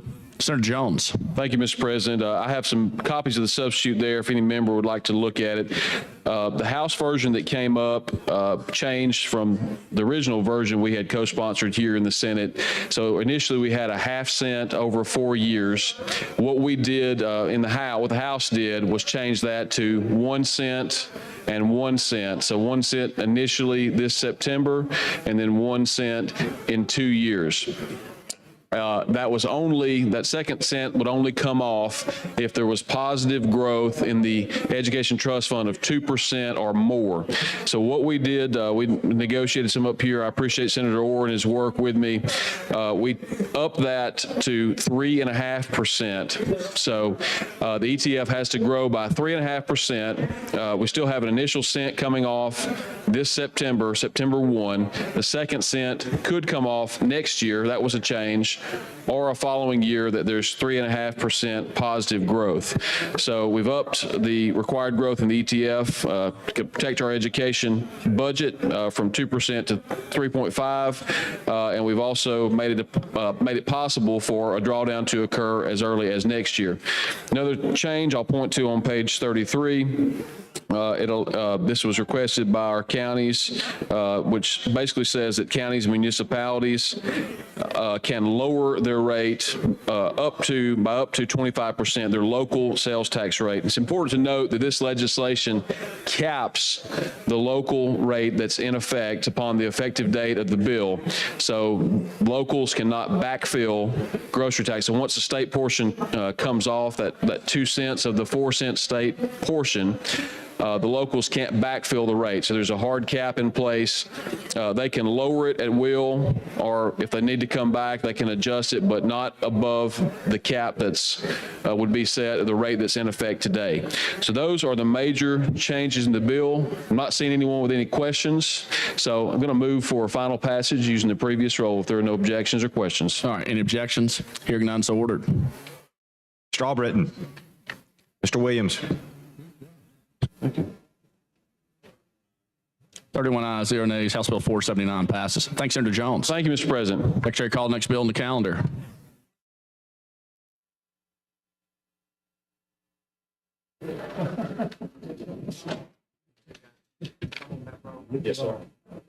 On page 19 of the calendar, House Bill 175 by Representative Garrett relating to the one-time taxpayer refund bill. Committee substitute pending. Senator Orr. Thank you, Mr. President. I'd move adoption of the committee substitute using the previous roll. All right, any objection? Hearing none, so ordered. Mr. Albritton. Mr. Williams. 31 ayes, 0 nays. The committee substitutes adopted. Senator Orr. Thank you, Mr. President. This time, this is to comport this bill with the bill that we already passed that had my name on it. This bill will be the one that survives. I would move third reading using the previous roll. All right, any objection? Oh, all right, want to use the long roll? Okay, Secretary, call the long roll. Mr. Albritton. Mr. Allen. Mr. Barfoot. Mr. Beasley. Mr. Bell. Mr. Butler. Mr. Conley. Mr. Chambliss. Mr. Chastain. Ms. Coleman. No, that one's all. Ms. Coleman Madison.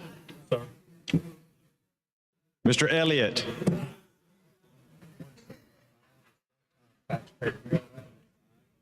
Ms. Figures.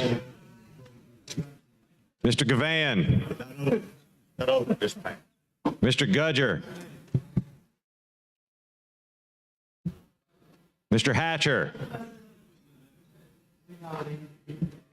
Mr. Hovey.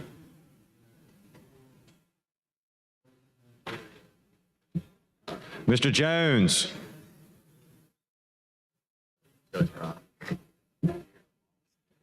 Mr. Kelly.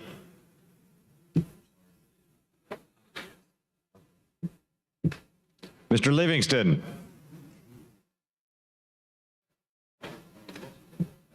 Mr. Melson. Mr. Orr. Mr. Price. Mr. Reed. Mr. Roberts. Mr. Schofield. Mr. Sessions. Mr. Shellnut. Mr. Singleton.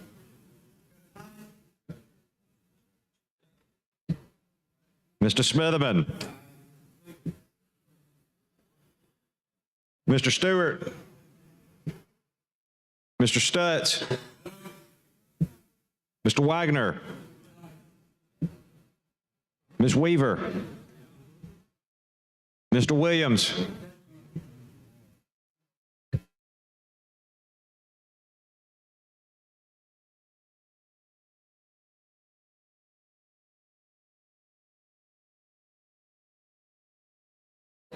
$25 ayes, 5 nays. House Bill 175 passes amended. Thanks, Senator Orr.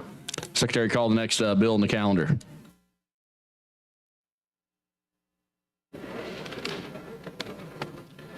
On page 7 of the calendar, House Bill number 87 by Representative Moore relating to law enforcement. Mr. President, Senator Orr. this is just to reimburse law enforcement for their uniforms if they transfer to another another law enforcement entity. I'd move third reading using previous rule. All right, any objection? Hearing none, so ordered. Mr. Albritton. Mr. Williams.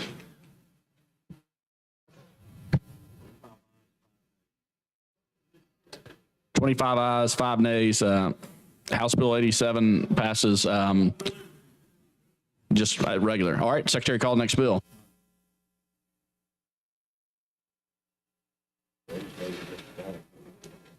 On page 17 of the calendar, House Bill 211 by Representative Rim relating to motor vehicle registration. Mr. President, Senator Beasley. thank you for the recognition, Mr. President. What this bill does is it adds Air Medal to the list of military awards that are eligible to be commemorated on a distinctive permanent license plate. I move for third reading, be passed, and not have use the previous rule.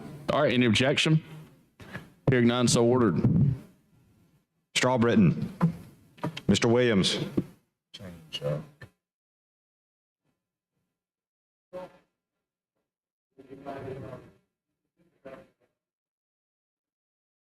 I'm sorry. Gotcha.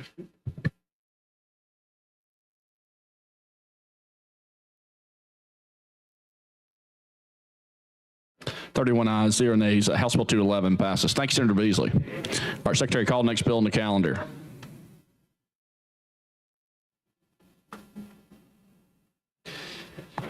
On page 7 of the calendar, House Bill number 320 by Representative Bedsole regarding sheriffs. Committee amendment pending.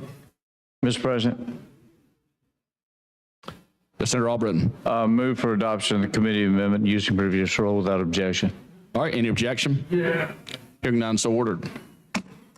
Mr. Albritton. Mr. Williams. 31 ayes, 0 nays. The committee amendment is adopted. All right, Senator Albritton. Mr. President, move for third reading, final passage using previous rule without objection. All right, any objection? Hearing none, so ordered. Mr. Albritton. Mr. Williams. 31 ayes, 0 nays. House Bill 320 passes. Thanks, Senator Albritton. Thank you, sir. Secretary, call next bill on the calendar.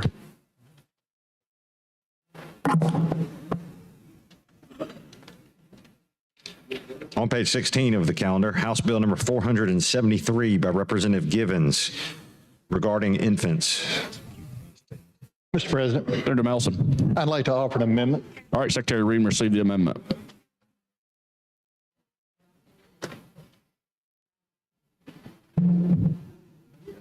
Amendment to House Bill 473 as engrossed by Senator Melson. Replace line 128 on page 5 with the following. Except as provided in sections 36-112. Replace lines 135 through 137 on page 5 with the following. Mr. President, I'd like to adopt the amendment. The amendment simply was something that the hospitals wanted to add to clarify their immunity, but I'd like to go ahead and adopt the amendment using previous row with no objection. All right, any objection? Hearing none, so ordered. Mr. Albritton. Mr. Williams. 31 ayes, 0 nays. Senator Melson, amendment's adopted. Senator Melson. Thank you, Mr. President. What this bill does is allow a person who has exceeded the 72 hours to give up their baby out to 45 days. They have to place them in a deposit box that is currently available in only hospitals. This adds also fire stations if they want to. It doesn't require them. And that they have to be manned 24/7. It just simply extends it and adds a few more places that those baby deposit box can be placed. So I'd like to. Is there immunity in that bill for a person? Huh? Is there immunity in that bill? Yeah. So I'd like to ask for final passage. I had a question from a colleague. I just want to make it clear. There's immunity up to a point. If the baby looks like it's been abused when it's put in there, then they could still investigate that. So yes, there is in general. So I'd like to ask for final passage using previous row with no objection. All right, any objections? Hearing none, so ordered. Thank you, Mr. President. Mr. Albritton. Mr. Williams. 31 ayes, 0 nays. House Bill 473 passes. Thank you, Senator Melson. Secretary, call the next bill. On page 14 of the calendar, House Bill number 168 by Representative Underwood regarding public contracts. Senator Gavan. Mr. President, well, we passed this version already through the Senate, so I would move for final passage using previous roll without objection. All right, any objection? Hearing none, so ordered. Mr. Albritton, Mr. Williams. 31 ayes, 0 nays. House Bill 168 passes. Thank you, Senator Gavan. Secretary, call next bill on the calendar.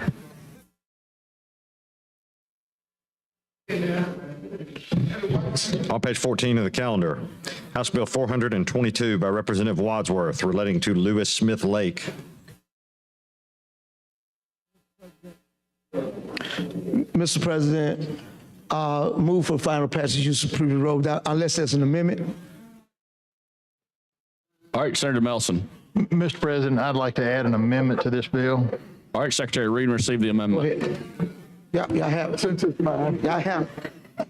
This, Oh, I know that. Mr. President. Hold on 1 second. They're reading in the amendment. Hold on just a minute. Amendment to House Bill 422 as engrossed by Senator Melson. Replace lines 9 through 10 on page 1 with the following. Replace line 21 on page 1 with the following. Replace line 40 on page 2 with the following. add Shoals Creek in my district. All right, Senator Melson. Mr. President, all this does is add a creek in my district to the same, and it's been approved by the sponsor and all the House members, so it shouldn't be anything but a friendly amendment. I don't have any questions. Mr. President. Senator Wagner. This is a bill that's been caused by what we call wakeboarding. They've caused severe coastal damage on Smith Lake, shoreline damage, and this bill would limit when these boats could, where they can go. They can't go closer than 200 feet from the shoreline. So with that, are we ready to move passage as amended? Has the amendment been adopted? No, sir. We're on the amendment right now. I'd like to adopt the amendment using previous row. All right. Any objection? Hearing none, so ordered. Mr. Albritton, Mr. Williams. Mr. President. 31 ayes, 0 nays. The Senator Melson amendment's adopted. Mr. President, thank you, and I'd like Mr. to President, move passage of House Bill 422 as amended using short roll. All right. Any objection? Hearing none, so ordered. Mr. Albritton, Mr. Williams.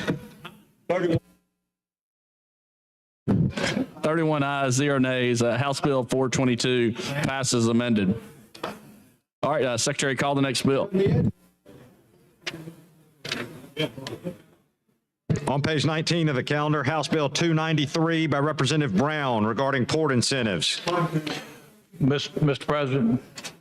Senator Livingston. Mr. President, this bill expands a little bit of the ability to take port credits. Doesn't expand the cap, but it just gives some categories in the middle that folks can apply for to help them use the port credit. So if consideration. Okay. This expands the middle gap where you can get some additional folks can take advantage of credits at the ports. Doesn't expand the cap, just expands it in the middle where they can take further advantage of shipping. So if there's no other questions, I'd move for final passage using previous roll. No objection. All right, any objection? Hearing none, so ordered. Mr. Albritton, Mr. Williams. 31 ayes, 0 nays. House Bill 293 passes. Secretary, call the next bill on the calendar.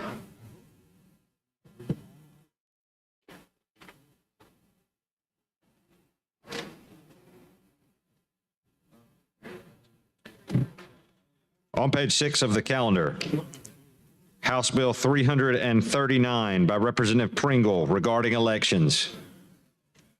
Mr. President, I got an understanding of this bill. This bill moving the election back simply because of the Easter weekend. This is probably the first time in modern history that election runoff will follow right on the Easter weekend or the Tuesday after. So the problem that the probate judges are having is that in that 4-week period of time and ordering their ballots, whether or not the ballots will get back in time, then you're talking about Good Friday, and then you have a lot of churches on Easter Sunday. They set up the machines on that Sunday, and a lot of these churches will be filled on Sundays, on Easter Sunday, so they won't get an opportunity to do that. So the Probate Judges Association just want to move the election back so it won't look like they botched up the election just in case everything doesn't fall in place. So with that, I move for third reading, dispense with use of previous rule without objection. All right, any objection? Hearing none, so ordered. Mr. Albritton, Mr. Williams.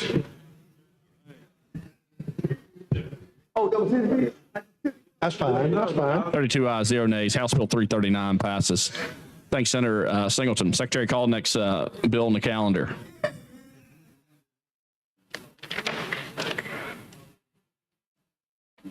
On page 13 of the calendar, House Bill 432 by Representative Smith regarding driver's license.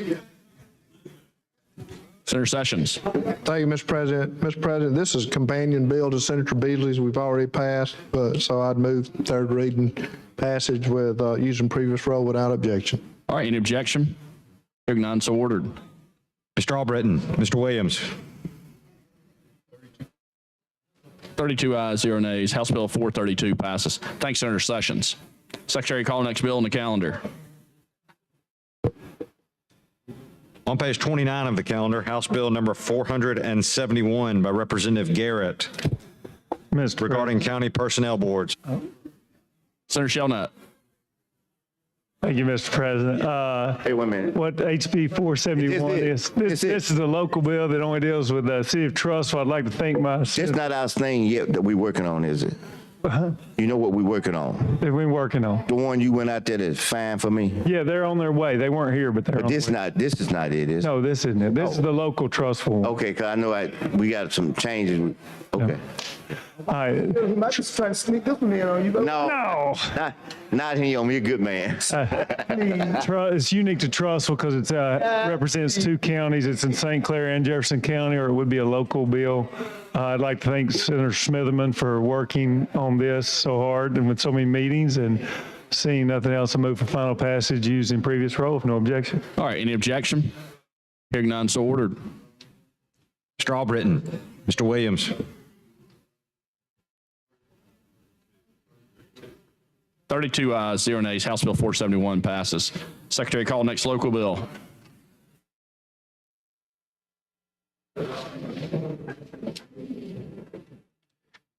On page 26 of the calendar, House Bill 491 by Representative Faulkner regarding taxation and revenue.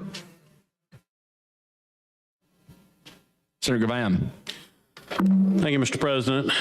So this is a real property tax payer notification bill. It was drafted by the Department of Revenue for Representative Faulkner.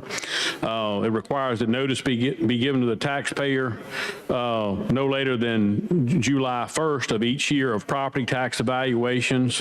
One of the things that comes up as an issue is that by the time people get their notices of their tax increases, it's too late to do anything as far as contesting them. So, and this would codify case law that says if the Board of Equalization has not reached a decision on the protest evaluation by November 30th of each year, the taxpayer can pay the last year's amount and not be in default. So I don't know if the senator has any questions. So if there are no questions, then I would move for final passage using previous rule without objection. All right, any objection? Hearing none, so ordered. Mr. Albritton, Mr. Williams. 32 ayes, 0 nays. House Bill 491 passes. Thank you, Mr. President. Secretary, call next bill on the calendar.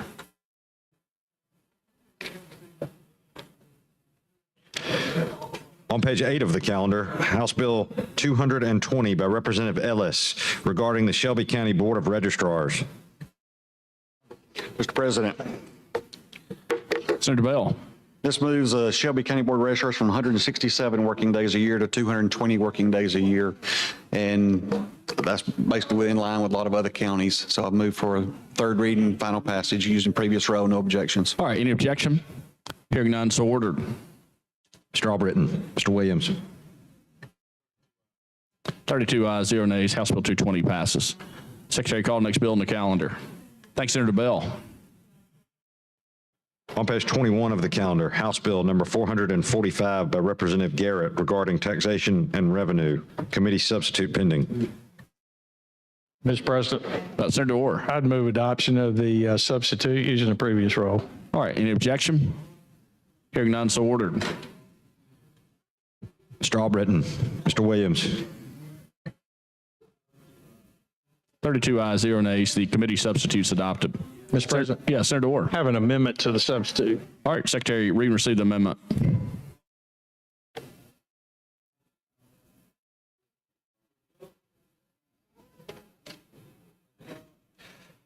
Amendment to the substitute for House Bill 445 by Senator Orr. Replace line 23 on page 1 with the following. Replace line 43 on page 2 with the following. Replace line 154 on page 6 with the following.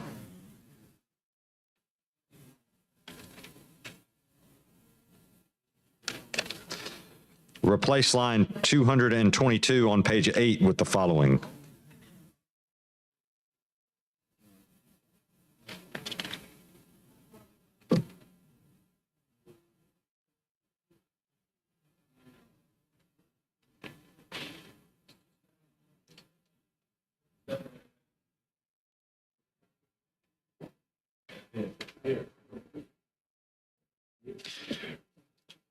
Replace on line 222, page 8.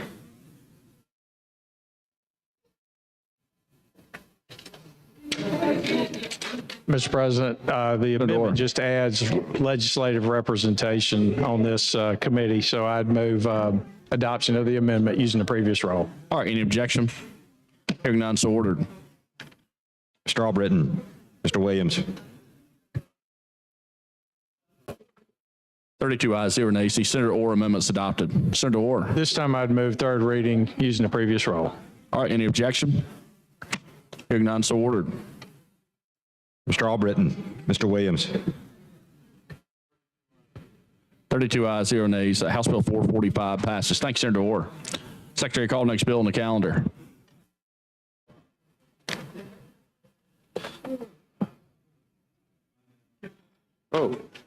On page 11 of the calendar, House Bill number 430 by Representative Garrett regarding the Literacy Task Force. Senator Carnley. Yes, Mr. President, I've got an amendment. Okay. I'd like to add to that. Secretary, read and receive the amendment, please.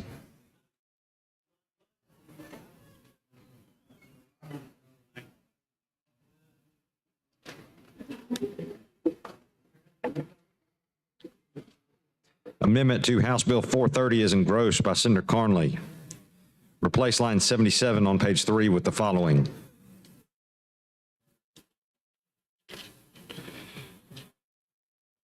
Delete lines 87 through 91 on page 4.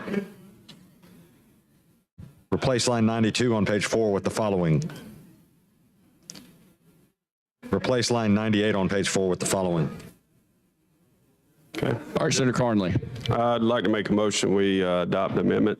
Okay, would you like to use previous role? Previous role, please. Okay. Mr. President, before we adopt the amendment, I'd just like to know what the amendment did Okay. to this bill. Just talk about it for a minute. I think we can not be in a rush. This one. Yeah, that's fine. You want a copy of it? Yes, I would love to.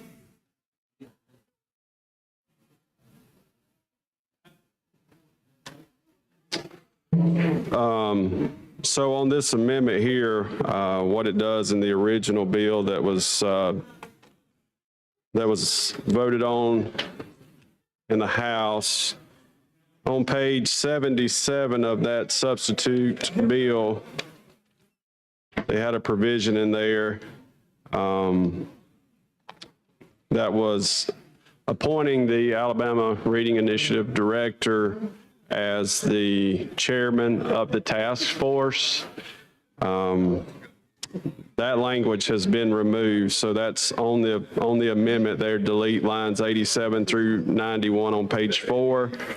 It is deleting the language that the director of the Alabama Reading Initiative shall serve as the chair. There was some concern, with adding the state superintendent and the Board of Education as the chair of that board, so that was removed. And what it does now is the language has been added there. Number 12 says 2 at-large members. 1 member shall be appointed by the Senate or the president pro tem of the Senate to serve as the chair for a 2-year term, subsequently as vice chair for a 2-year term. 1 member shall be appointed by the Speaker of the House and serve as the vice chair, and then subsequently as the chair. So what it does is it gives the pro tem and the speaker, they will have an appointee that will rotate as the chair of the task force, and that will allow them to, for the first 2 years, the pro tem, that appointee will be the chairman, and then after that, they'll rotate. The speaker will become the chair, or the speaker's appointee will become the chair. And then the other lines, line 92, page 4, 98, page 4, and 111 on page 4, those are just changes in the lettering. So adding 12 changes the lettering on the following information there. So that's what those do. So this bill is around the Literacy Act, right? Sir, yes, sir. So on the task force, I don't have the bill before me, on the entire task force, what is the makeup of the entire task force? Okay. Mind if I just read it to you? Yeah, that'd be that fine. Way we make sure we get it accurate. Because I don't have the bill before me to see it myself. Okay.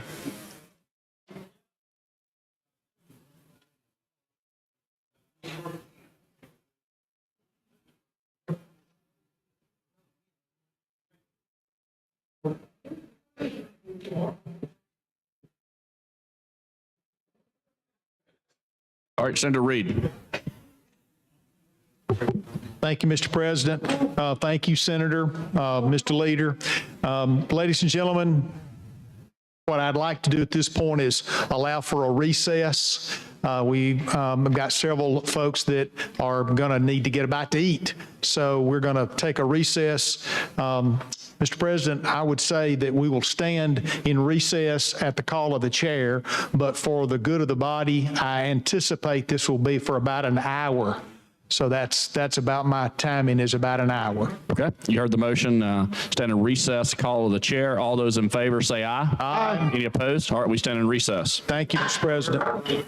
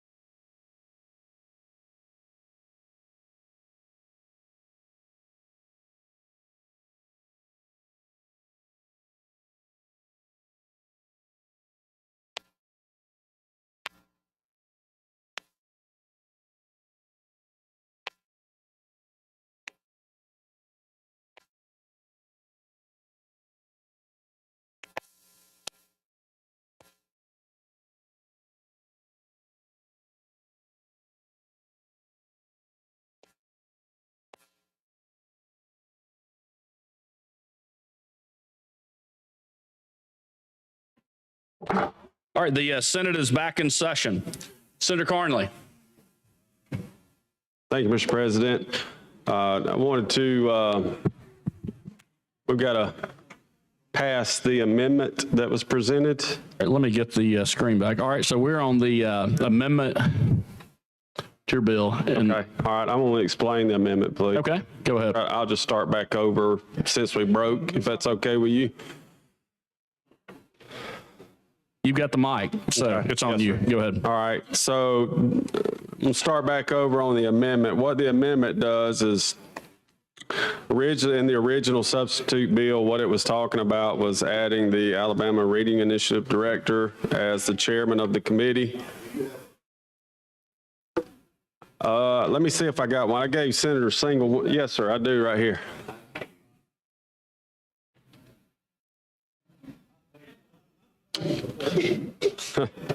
I'd be a bit. All right, so if replace line 77 on page 3 with the following 3. So what we're doing is we're adding in number 12 there. And it says 2 at-large members. 1 member shall be appointed by the President Pro Tem of the Senate to serve as the chair for a 2-year term, subsequently as vice chair for a 2-year term.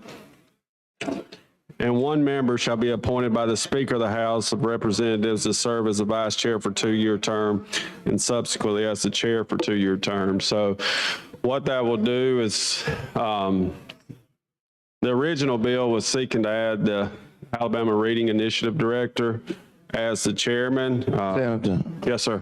I don't see nobody in here. Could y'all somebody get a copy of the bill? Not yeah, you, so- not you. So you'll need the HB 430. They're the engrossed version. But you want to wait on that to talk on this amendment? Yeah, I'm just gonna track you, you know Yeah. what I mean? When you So said we'll- line 87 to 91 or Yeah. something, I was just gonna, That'd be good. Yeah, we'll look at it whenever you get it. But so that amendment, what it would do would be to add those 2, one is the chair, one is the vice chair, and then they would rotate in 2 years, giving both the Senate and the House some involvement into that task force. Then to clean up the language where let me go to that page. I'll wait is it all right for us just to wait till he gets back with that bill? Is it all right to wait till he gets back so we can? Yeah, no, you've got the mic. You can do whatever you'd like. But Senator, while we're waiting on that, the bill was brought to try to add a little transparency to the literacy task force. This bill was passed in 2019, to help our kids and to provide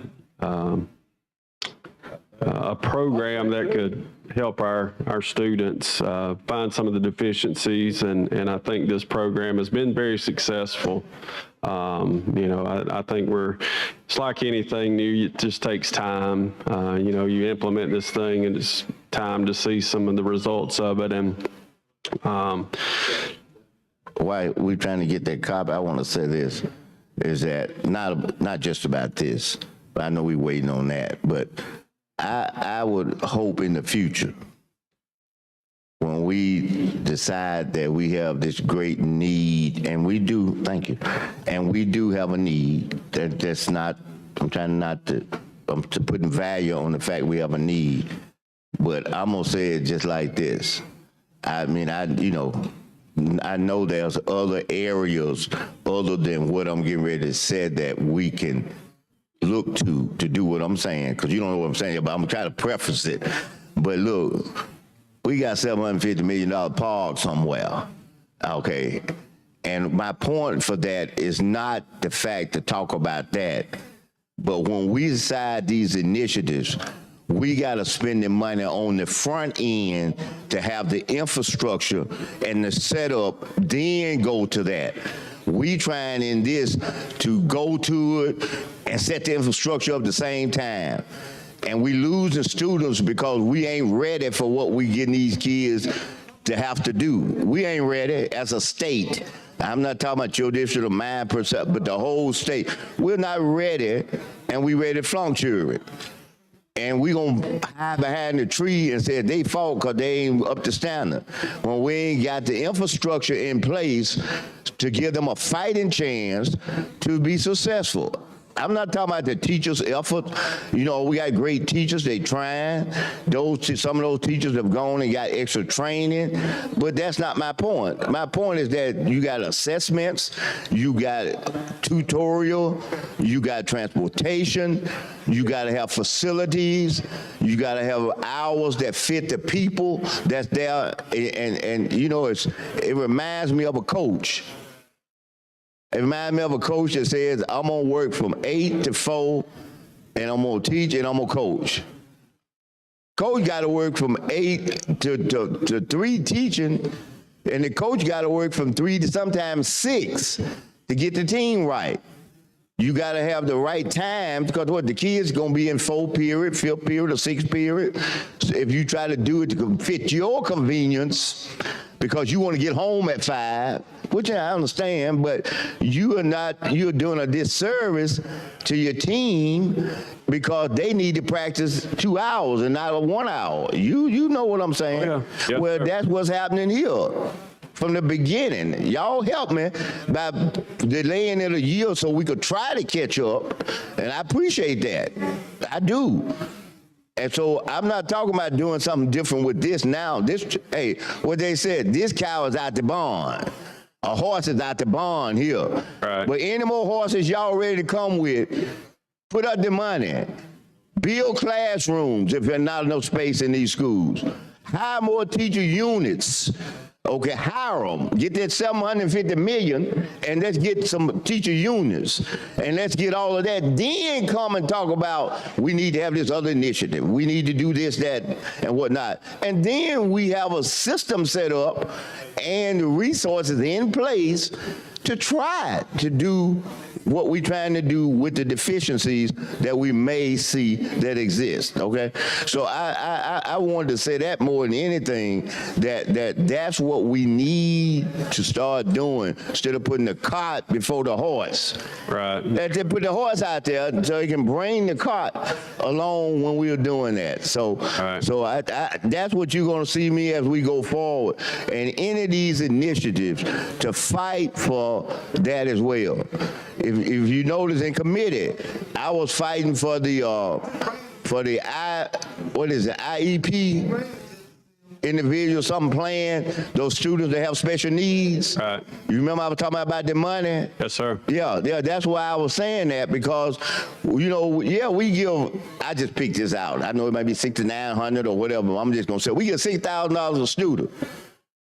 It's going to cost more than $6,000 for that one student that's got to have that special teacher there because they got an attention deficit, they got an anger deficit, you know, whatever that ADHD and all those different things that they have. So you got to have a special program for them to be able to learn.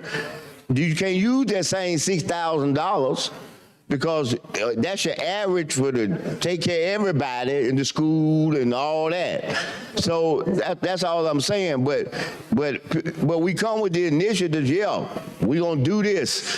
But you gotta put some dough down there. Yeah. Yeah, you gotta put some bread down there so we can do what we're doing. Right. You know, ain't no sense saving and trying to hoard the money. You know that remind me of people that have a bunch of money and they just pull it out the bank. I been put out their wall safe and count it every day, then put it back in there. That don't do no good. Yeah. You know, now if you want some extra money at the end, just put it in an interest-bearing account. At least it'll grow and get back, but just to park it somewhere and we ain't using it. You know, I got this phrase, you got a copy of the bill. Okay. I do, yeah. Well, I'm going to say this and then we're going to get on it. Okay. I tell them like this, I hear this all the time. We saving it for the rainy day. Man, look here, and some folks live, you got a tornado going on out there, not rain.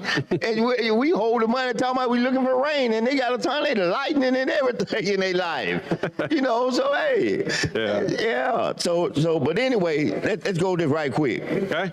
Okay. All right, you want to go over it, and I'll point it out. So Okay, you already did 77. You already did the first one. Because you said this replaces it right Well, here, right? What we're doing is under line 77, we're inserting number 12 right there. And what that does is in 12, that adds who will appoint the chairman and the vice chairman. Okay. Now what about, let's move down the line. They said delete lines 87 through 91 on page 4. Yes, sir. So if you'll flip over to page 44 there, in the original bill, the way it was proposed was the pro tem and the speaker didn't have an appointment, but the sponsor had asked to have the director of the Alabama Reading Initiative to be the chair. That has been removed, and the pro tem and the speaker will have the chair and the vice chair, and then they rotate every 2 years. Okay. So what that's doing is deleting that language because the original bill called for the director of the Alabama Reading Initiative to be the chair. Okay. And so they worked that out, got that out, and replaced that deleted information with number 12 there. So that's the deleted section. If you go down to the next one there, replace line 92 on page 4. The next, so what that does is it just changes the number 2 to the letter D. Okay, To get it, I got you. You know, technically correct. Okay. The next line, replace line 98, page 4, same thing. It just changes letter B to letter E, so it's concurrent. I got you. And then on the second page of the amendment there, you got replace line 111 on page 4, it just changes E to F. So those last 3 items were just clean up things to have it read, you know, appropriately. And So what we doing is basically getting the pro tem and the speaker involved in the process. So the reading initiative, again, you know, I was not here. I believe it's a great program. Like any program, you got to tweak it along the way. Some of the issues that I've heard and, you know, locally have been you know, who is the task force? You know, who are those members? Yeah, we need some transparency on this group right here. I agree with that. I asked the question, how do you find the task force? They told me to go to the website. I don't know which website, but I Googled, I went to the State Department, I went to the Alabama Reading Initiative. I can't find it. I tell you what, when we come back, you ain't got to be looking on no website. Pull that little money. They'll be right there at the door. You ain't got to hunt them down. They go hunt us down. I ain't said take it from them. I said just pull it a little bit. Yeah. They'll be right in here. And then you can let the money go and you got them. So the goal was to have some accountability. I think that was the bill sponsor's original request. And what this does is it gives the elected body, the Senate and the House, an opportunity. I'm not going to say influence. That's not a good word, but to have some oversight into the process. Like if there are complaints, because I get complaints back home from school boards saying, hey, what's this information that's coming to the classroom? You know, who do you go to? Who do I say, hey, I got a problem with this, how can we change it? So, you know, that's the purpose of what's being done. All right, is it anywhere on here, have I missed it, but is it anywhere on here that you got some diversity language in here? Yes, sir. So It that's is? on page, let me look right here. I think it's page, I got it marked right here. I see it. From lines 41 through 44, it's all appointing authorities shall coordinate their appointments so that diversity of gender, race, geographical areas reflective in the makeup of the state. All right, my question then is that if we don't know who on the task force, we don't know if they doing this or not. Well, I have found out since who is on the task force. I was provided that information Did they show you after whether in the- multiple requests, but now the general public has a difficult time getting to that. But what I did find out is currently the minority makeup of the task force is 5 African Americans and 1 Hispanic. Okay, on the how big task- is the task force? I'm gonna have to count it up for you because You ain't got to do that. Don't worry about that. That's good. That's not. That's But okay. it'll be in the bill. So the amendment, what the amendment's doing is just changing the bill that we're going to request passage for. Take the Alabama Reading Initiative Director as chair, take that out, add the pro tem's appointee as the chair and the speakers as a pro tem. So. All right. Well, thank you very much. I'm comfortable with what we're doing, and I'm turning it back in your All right, hands. thanks, Senator Smithman. Thank you, sir. All right. Yes, Mr. President, I'd like to ask for passage of the amendment using, do we have previous roll? We do. Use previous roll? All right, any objection? Hearing none, so ordered. Strawbritton. Mr. Williams. 32 ayes, 0 nays. The Senator Carnley amendment's adopted. Senator Carnley. Okay, and so now getting to the amended bill, HB 430. Again, some of that we've already discussed as far as what we were trying to do. One of the big things in here is to add a request to review the content for age appropriateness, and would request that we, for final passage, use a previous roll. All right, any objection? Hearing none, so ordered. Strawbritton. Mr. Williams. I'll take a hint. 32 ayes, 0 nays. House Bill 430 passes. Thanks, Senator Carnley. Secretary, call the next bill. Thank you. On page 11 of the calendar, House Bill 342 by Representative DeBose relating to alternative teacher preparation programs.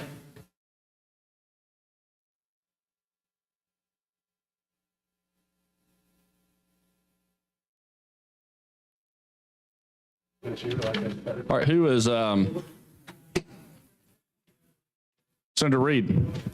Thank you, Mr. President.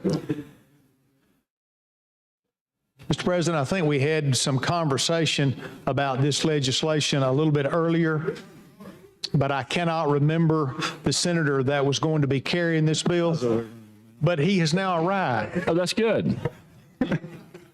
Mr. President. Senator Shellnut. I apologize. Sorry, I was over here having a good conversation.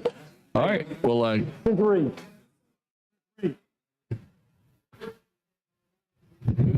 What you need? There it is. I need to go. It's up there. Oh. All right, this bill deals with alternative teacher certification. The Senate passed a bill, HB 307, last session. This legislation was aimed at addressing teacher shortages in Alabama by streamlining certain aspects of teacher certification and establishing a mechanism by which alternative teacher preparation organizations could be approved in this state. What this does is HB 342, in order to ensure that only established and quality alternative teacher preparation programs are approved in Alabama, this legislation sets out the following requirements for an alternative teacher prep program. You want me to continue, Senator? You want to continue? I just want to recognize. Okay. That's all. When you get through. Successful operation is at least 5 states and not on probation in those states. Successful operation for at least 10 years.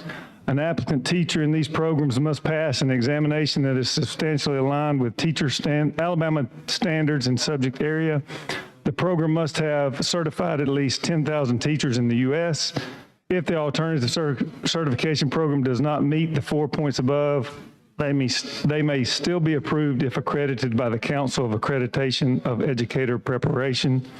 The alternative teacher certification programs must also submit an annual report to the State Board of Education detailing enrollment and completion. In response to questions in House Committee about classroom experience, a floor amendment was added which requires all alternate certified teachers to participate in the Alabama Teacher Mentorship Program if hired by a local Board of Education. And I defer to my Senator colleague. Thanks, Senator Shellnut. All right, Senator Smithman. No, I just rise to tell you that I'm gonna tell you this. I grill these people to the max. I didn't want you to know that. I closed my door in my office and locked them up in there. And I grilled them because I wanted to be comfortable with saying that I'm going to vote for this. You know, I wanted to know everything they did, you know, the minuteness of it, and they sat there and they took me through every step. So I'm comfortable enough to say that I think that the rigidness, preparation that they have, the testing, which you just talked about, and the fact that they're taking somebody like you and I who are professionals, and then we got to go through the course of learning how to teach. And that's what they're teaching them, not just putting somebody with knowledge out there, but somebody that the skills to actually be able to reach those kids and deliver with the knowledge that they have up there. So I support what you're doing, and I just wanted to make those very positive comments. Is there any truth to the rumor that you were wanting to get certified to go back in the classroom? Is that what I heard?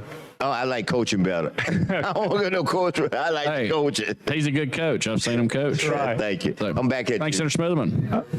All right, I move for passage of HB 342 using previous rule with no objection. All right, any objection? Hearing none, so ordered. Strawbritton. Mr. Williams.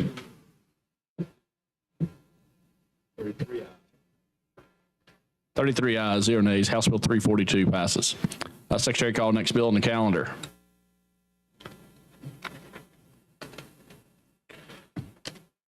On page 26 of the calendar, House Bill number 347 by Representative Moore regarding residential real estate. Senator Van.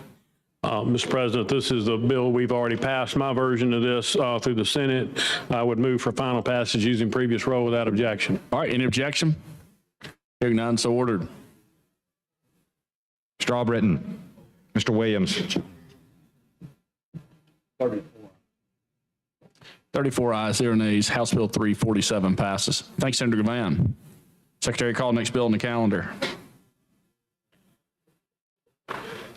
On page 22 of the calendar, House Bill 267 by Representative Wadsworth regarding the Alabama Business and Nonprofit Entity Code. Senator Gavan.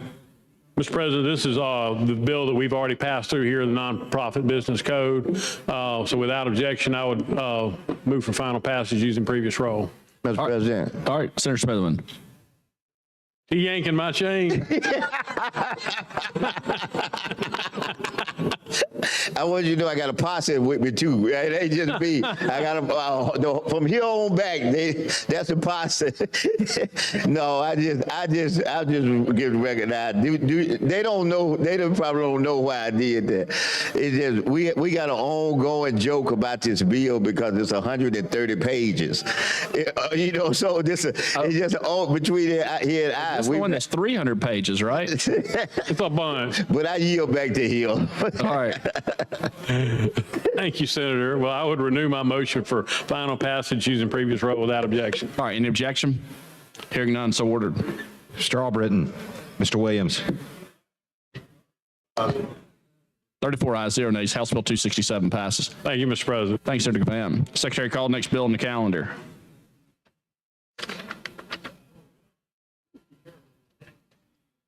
On page 25 of the calendar, House Bill 377 regarding the Board of Adjustment by Representative South.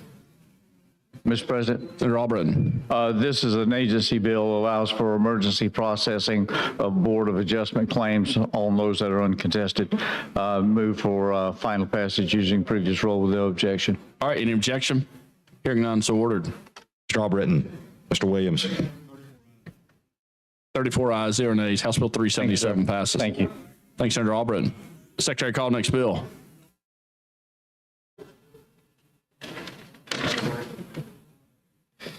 On page 26 of the calendar, House Bill 399 by Representative Sills regarding the Administrative Procedures Act. Mr. President. Senator Roberts. I'd like to move for final passage, third reading, using previous rule without objections. All right, any objection? Hearing none, so ordered. Strawbritton. Mr. Williams. 34 ayes, 0 nays. House Bill 399 passes. Thanks, Senator Roberts. Secretary, call next bill on the calendar.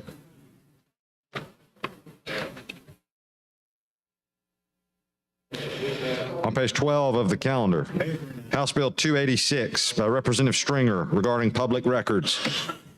Mr. President. Senator Bell. This deals with public records dealing with law enforcement, and I think Senator Smith has a friendly amendment. All right, Senator Smithman. Thank you, Senator. This amendment, so everybody can. All right, Secretary. This is a good one for y'all. Hold on one second. When he explained this bill to Senator you. Smithman, let me get the amendment real I'm quick. sorry. All right, you're fine. All right. Secretary Reed, receive the amendment, please. Amendment to House Bill 286 as engrossed by Senator Smithman. Replace lines 11 through 12 on page 1 with the following. Replace line 36 on page 2 with the following. Replace line 40 on page 2 with the following. Replace line 44 on page 2 with the following. All right. Senator Smithman. Thank you. Will you bring them up to speed what the bill does, and then they'll know how the amendment will fit in there? This prohibits your personal information being made public. If you're in law enforcement, the amendment you added applies also to the legislature. Yeah, to us too. I'm trying to help y'all. Get you wondering. This will help y'all and me too, but help y'all.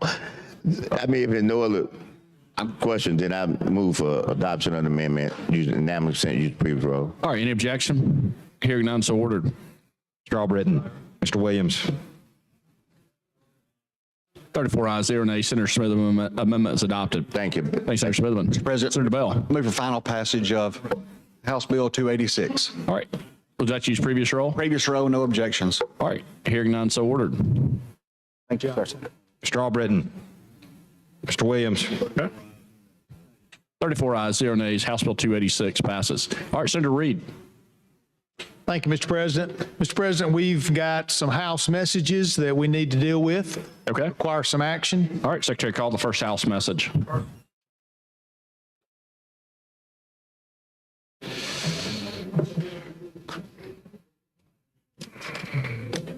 Report of Committee on Conference.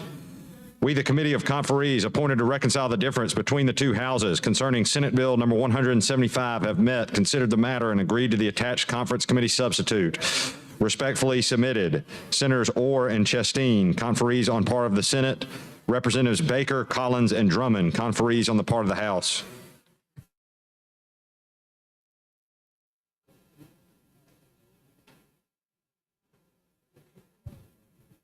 Mr. President, Senator Reed. this legislation is on the re-engagement scholarship program. Senator Orr had, it was in this body already. We passed it unanimously, but there's a technical amendment that needs to be added. So with that, I would ask that we or make a motion that we agree with the conference committee report. All right, so the motion is to concur on the conference committee report. Do you want to use the previous roll? Yes, sir. All right, any objection? Hearing none, so ordered. Mr. Albritton. Mr. Williams. 34 ayes, 0 nays. The Senate concurs on the conference report. All right, Senator Reed. Next message. All right, Secretary, call the next House message. Message from the House, Mr. President. The House of Representatives has amended as therein shown and is amended has passed the following Senate bill and returned same herewith to the Senate. Senate Bill number 313 relating to the Alabama Department of Economic and Community Affairs. Signed, John Treadwell, Clerk. Mr. President. Senator Reed. Mr. President, this is legislation by Senator Butler that is in regards to the rocket in North Alabama. This is a technical amendment related to that legislation. Senator Butler wishes for us to concur. All right, would use the previous roll? Previous roll, yes, sir. All right, any objection?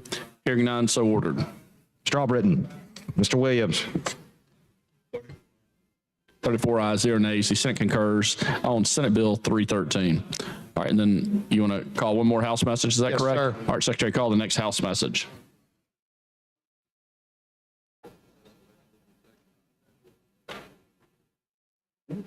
Message from the House, Mr. President. The House of Representatives has amended as therein shown and is amended as passed the following Senate bill and returned same herewith to the Senate. Senate Bill number 143 relating to crimes and offenses. Signed, John Treadwell, Clerk. Senator Reed. Thank you, Mr. President. Mr. President, this is legislation by Senator Barfoot that the minority leader as well as the minority whip and also Senator Gavan and others have spent a lot of time working on. The House only changed one word, and seems that there's no problem with this modification. So the motion is that we would concur. All right, would you like to use previous roll? Previous roll, yes, sir. All right, any objection? Hearing none, so ordered. Mr. Albritton, Mr. Williams. 34 ayes, 0 nays. The Senate concurs on Senate Bill 143. Thanks, Senator Reed. Thank you. All right, Secretary, call the next the next bill on the special order calendar.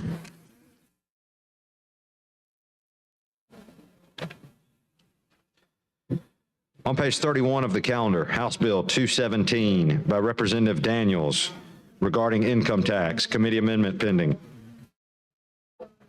All right, Senator Van. Mr. President, I would move we table the committee amendment. All right, all those in favor say aye. Aye. Any opposed? The committee amendment's tabled. Thank you, Mr. President. I do have an amendment. All right, Secretary Reed received the amendment.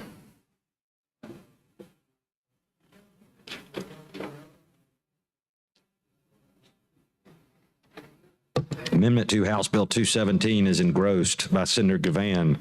Replace line 101 on page 4 with the following. So, Mr. President, if I may address the bill and the amendment, this is an opportunity we've got to really make a difference, and this has been a great bipartisan opportunity we've worked together on. I appreciate Leader Daniels' vision in coming up with this. This is, I think, innovative, and I was glad to quickly call and reach out to him and ask if I could be the Senate sponsor for this bill, because what this bill would do is it would remove from Alabama income tax the time spent over 40 hours a week for overtime. And I think that we're in a time in our economy where we need a lot of people participating in the labor force, and, you know, to try to motivate that extra work that people are doing and rewarding them for that. This amendment does put a cap on it. There was a cap in committee of so much per employee. This would change it to being the first $25 million out there would be exempt from income tax. And I think that's going to, you know, that's going to be get us started. I don't pretend that this is where it needs to stop, but we do need to get into this slowly, and so I would move for adoption of the amendment on previous roll if there's no objection. Mr. President. Senator Singleton. Well, thank you for bringing this amendment. I do see where this amendment does allow a cap now based on what the total cost would be for the same $2,000, or maybe just a little bit more. I think it was estimated that $2,000 is going to be on a fiscal note around the $20 million, I think that's correct. $20+ million range, and so we're not asking anything above that. But now, instead of just capping it at $2,000 per employee, employees can work. If they got a $3,000, they can still get that $3,000, and somebody may not be doing but $900 worth of overtime. So you're not holding the cap for someone else that won't be getting it. And so, but I guess the only problem is that when it runs out, exactly, how do we deal with that? And how does revenue deal with it? And I think that there may be some things that we can work through legislative council to work with revenue to set some rules through legislative council on that. That's the only way I could see that we could probably, as we see it move through in the interim, to be able to do it that way, to be able to make some corrections here and there. You'd be glad to get involved on that and trying to coordinate. I do see it being a little bit of a administrative headache, but I think this is fairer to the employees again, because otherwise we'd be sort of stifling. But when some employees only need it for a smidgen of their cap, and then another employee really put in the overtime and then didn't see that much of a benefit. Well, you know, I really don't see it as being not as much of a headache as the AAA Act that'll just allow everybody to move, homeschool, let the money move with them, because now somebody got to account where that money was, be accountable to who got that money, how they use it, whether or not they use it, you know, in the proper way, especially when you get into the homeschool side of it, you know, versus you could deal with the institution because you know where it got paid at, you know? And so I could see that. That's why I always thought that could be a crazy one, especially even under the Price Act. I thought I was going to get some clarity from the sponsor how that was going to happen. You know, if everybody get money and go every which way, we don't know where it's going. How are we going to account for that? And so, but This one, at least we know we got a cap now, that we can deal with that. Only so many people are going to be able to do it. It may be eaten up in the first month.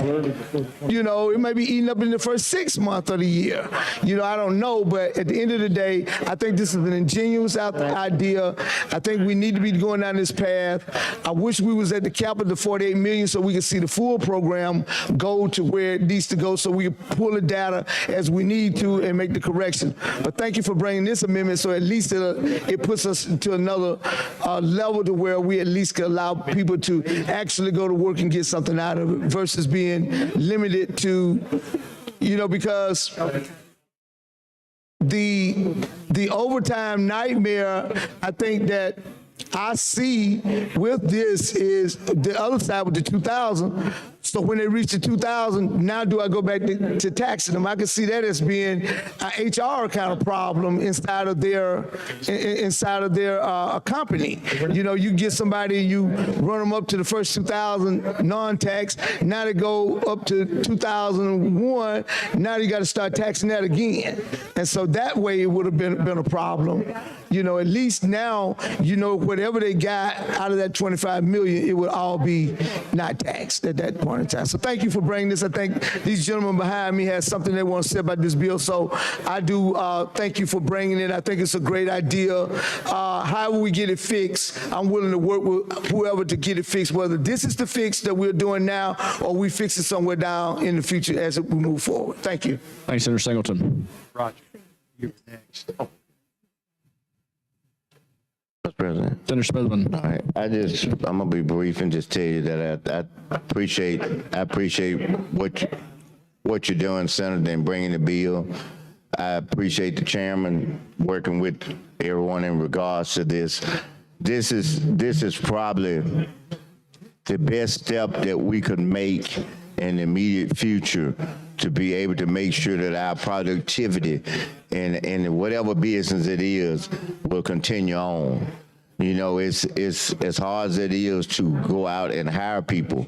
It's a lot smoother and a lot easier to be able to work people who have experience.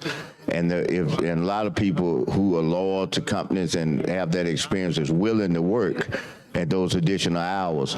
And I think this will allow an opportunity for us to capture those people and for them to be able to, when we need them on those moments, for that work to go on, that it'll take place.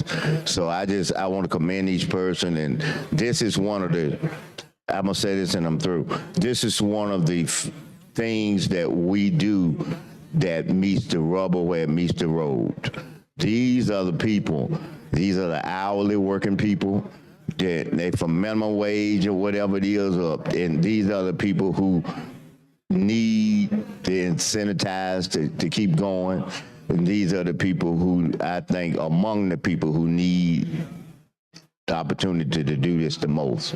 Well, Senator, you know, we talk about Alabama being a great place to do business. We encourage companies to come here. And the reason that they keep coming here at the end of the day is the workforce. That's right. And the people are the ones that make it happen. Without them, we don't have these big industries. We've got to have the workforce. And I think this is the way to encourage them to participate even further. Well, I agree with you, and I just appreciate the effort that you're giving on your end to do this. Thank you, Senator. And the chairman as well. All right. Thanks, Senator Smithman. I just wanted to say, appreciate working with you and Representative Daniels. You know, I'm a little bit confused on how to work with the Department of Revenue, and they're doing this.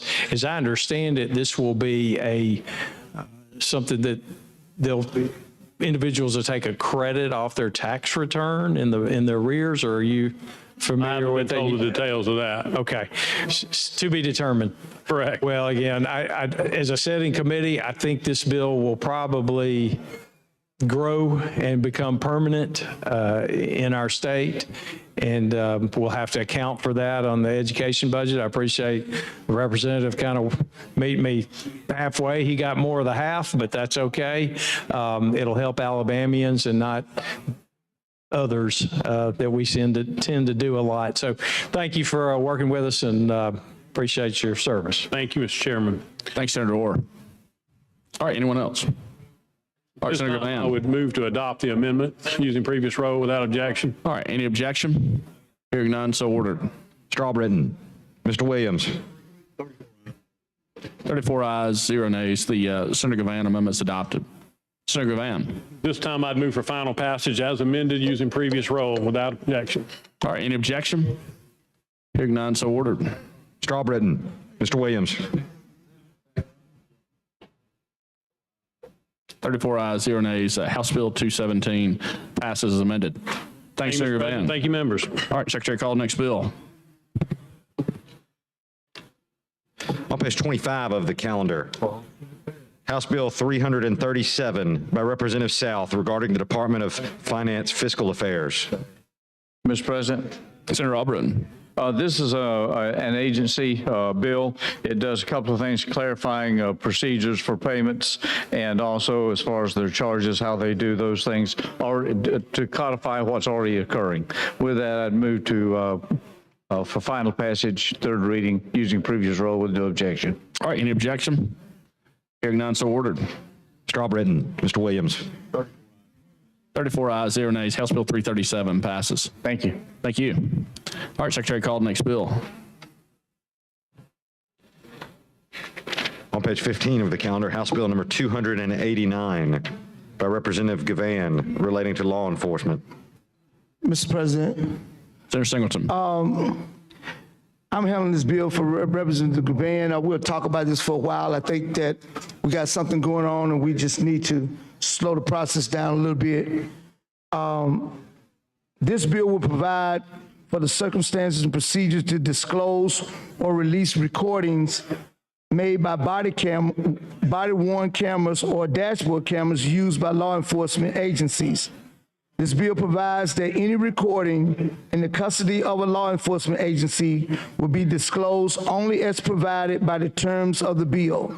The bill also requires that any request for the disclosure for recording must be in writing, presented to the head of the custodial law enforcement agency, including the date and approximate time, the activity that would have been captured, or the timetable that is reasonably defined so that the law enforcement may identify the video. This bill further provides that law enforcement agency may only disclose a recording to the following. 1, an individual whose image or voice is a subject of the recording.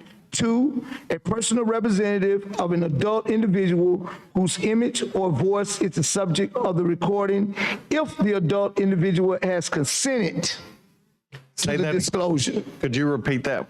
Yes. That last part, please. Has consented to the disclosure. Okay, so they must get consent from the adult to release their information. All right. 3, a personal representative of a minor. Minor must have a personal representative because the minors can't speak for themselves, right?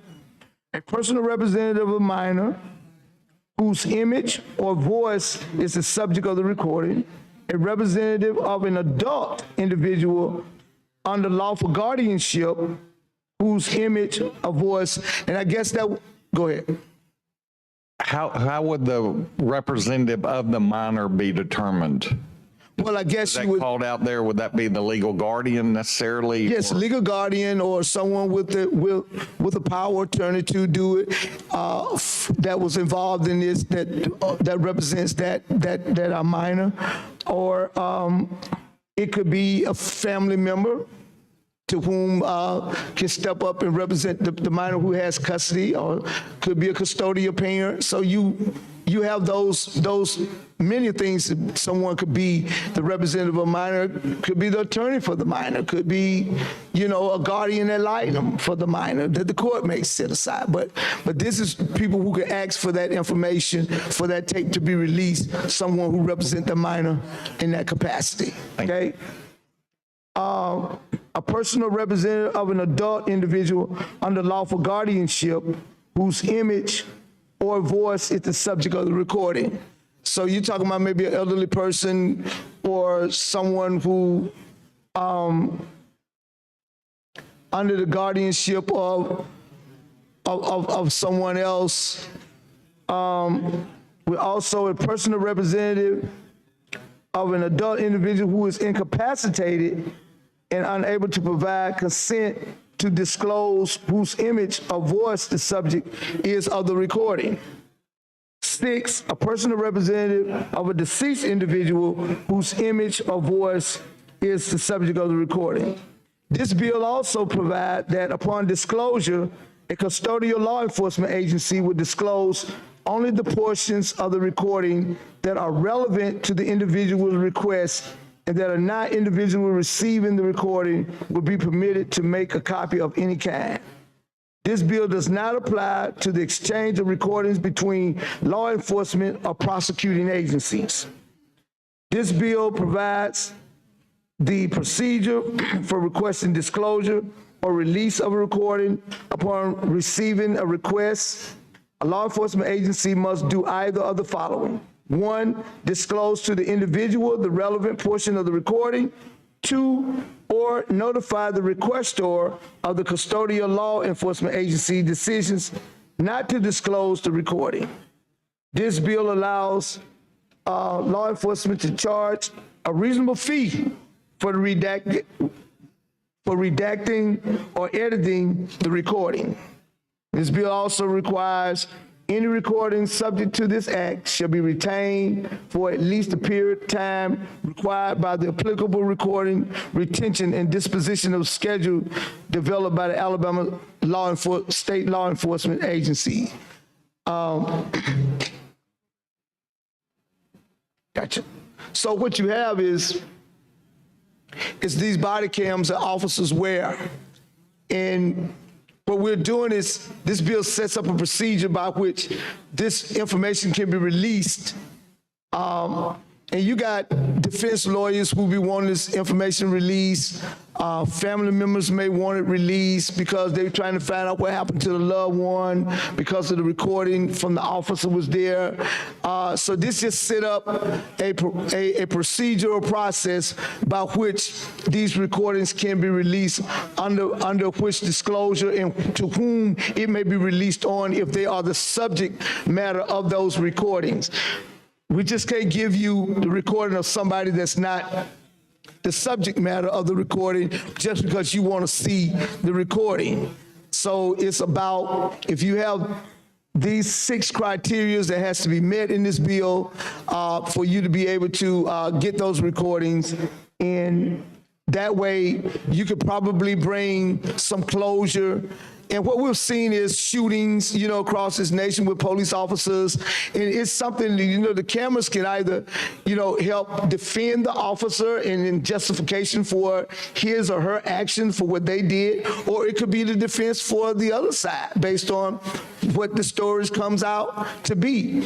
And so if they are wearing a body cam at that time, and in the past, what we've seen is that a lot of times you have to go to the court, get a court order to be able to see that body cam before a police department decide to release it.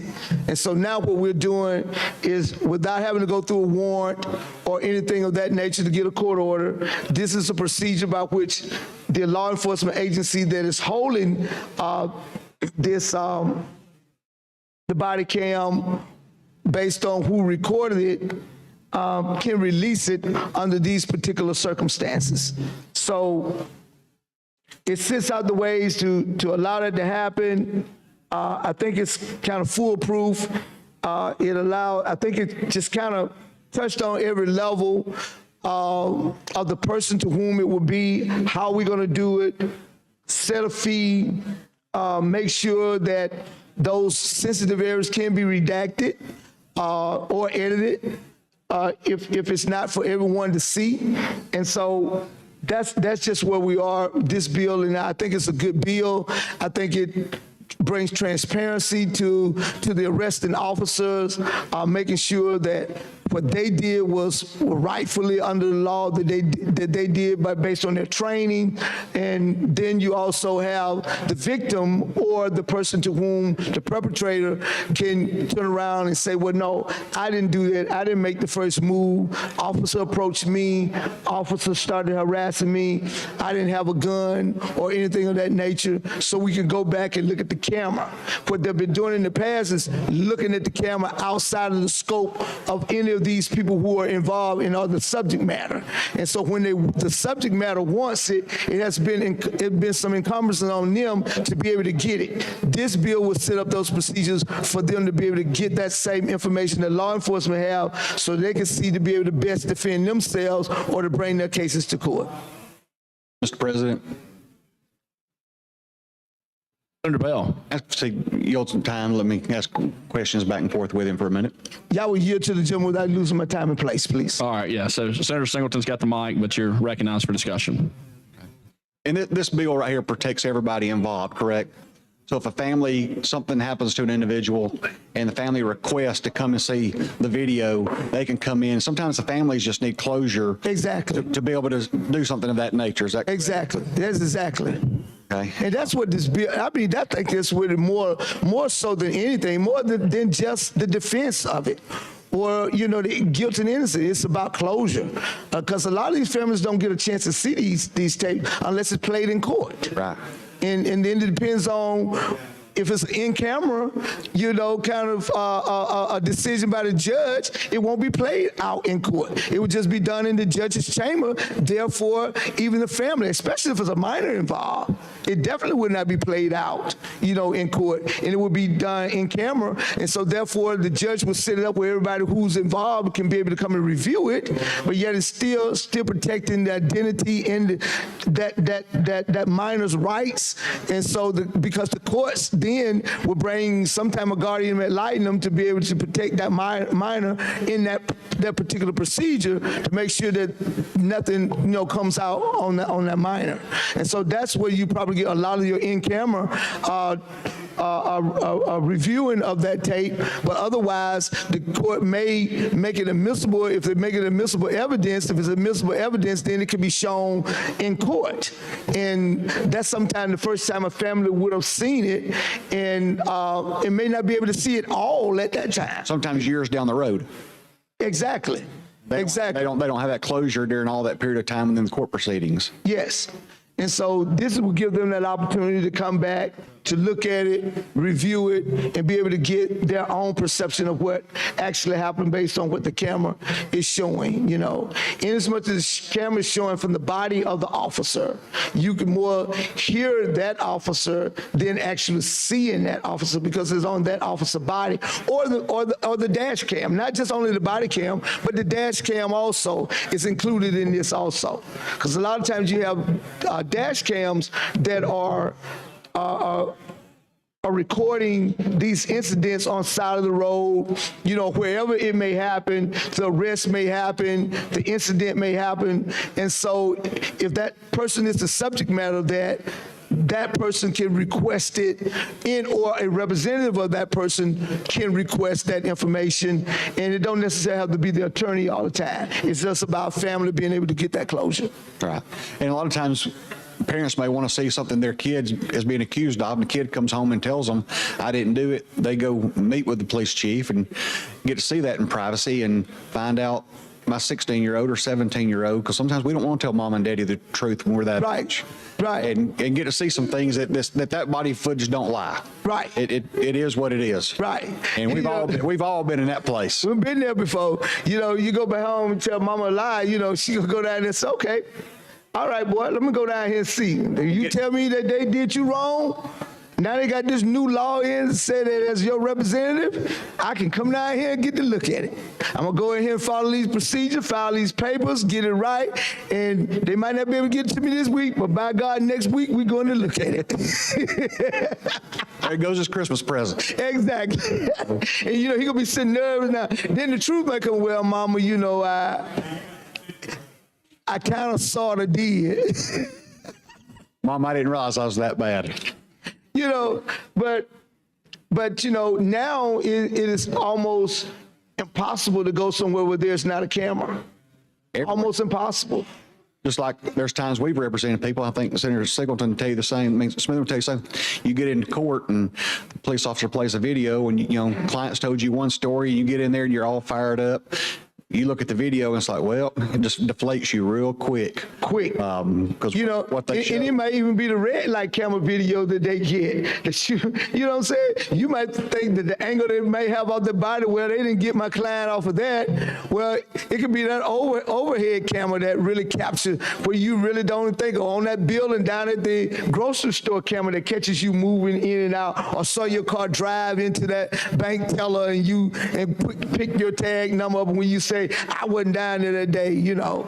So that camera makes its way around. It really does. Mr. President.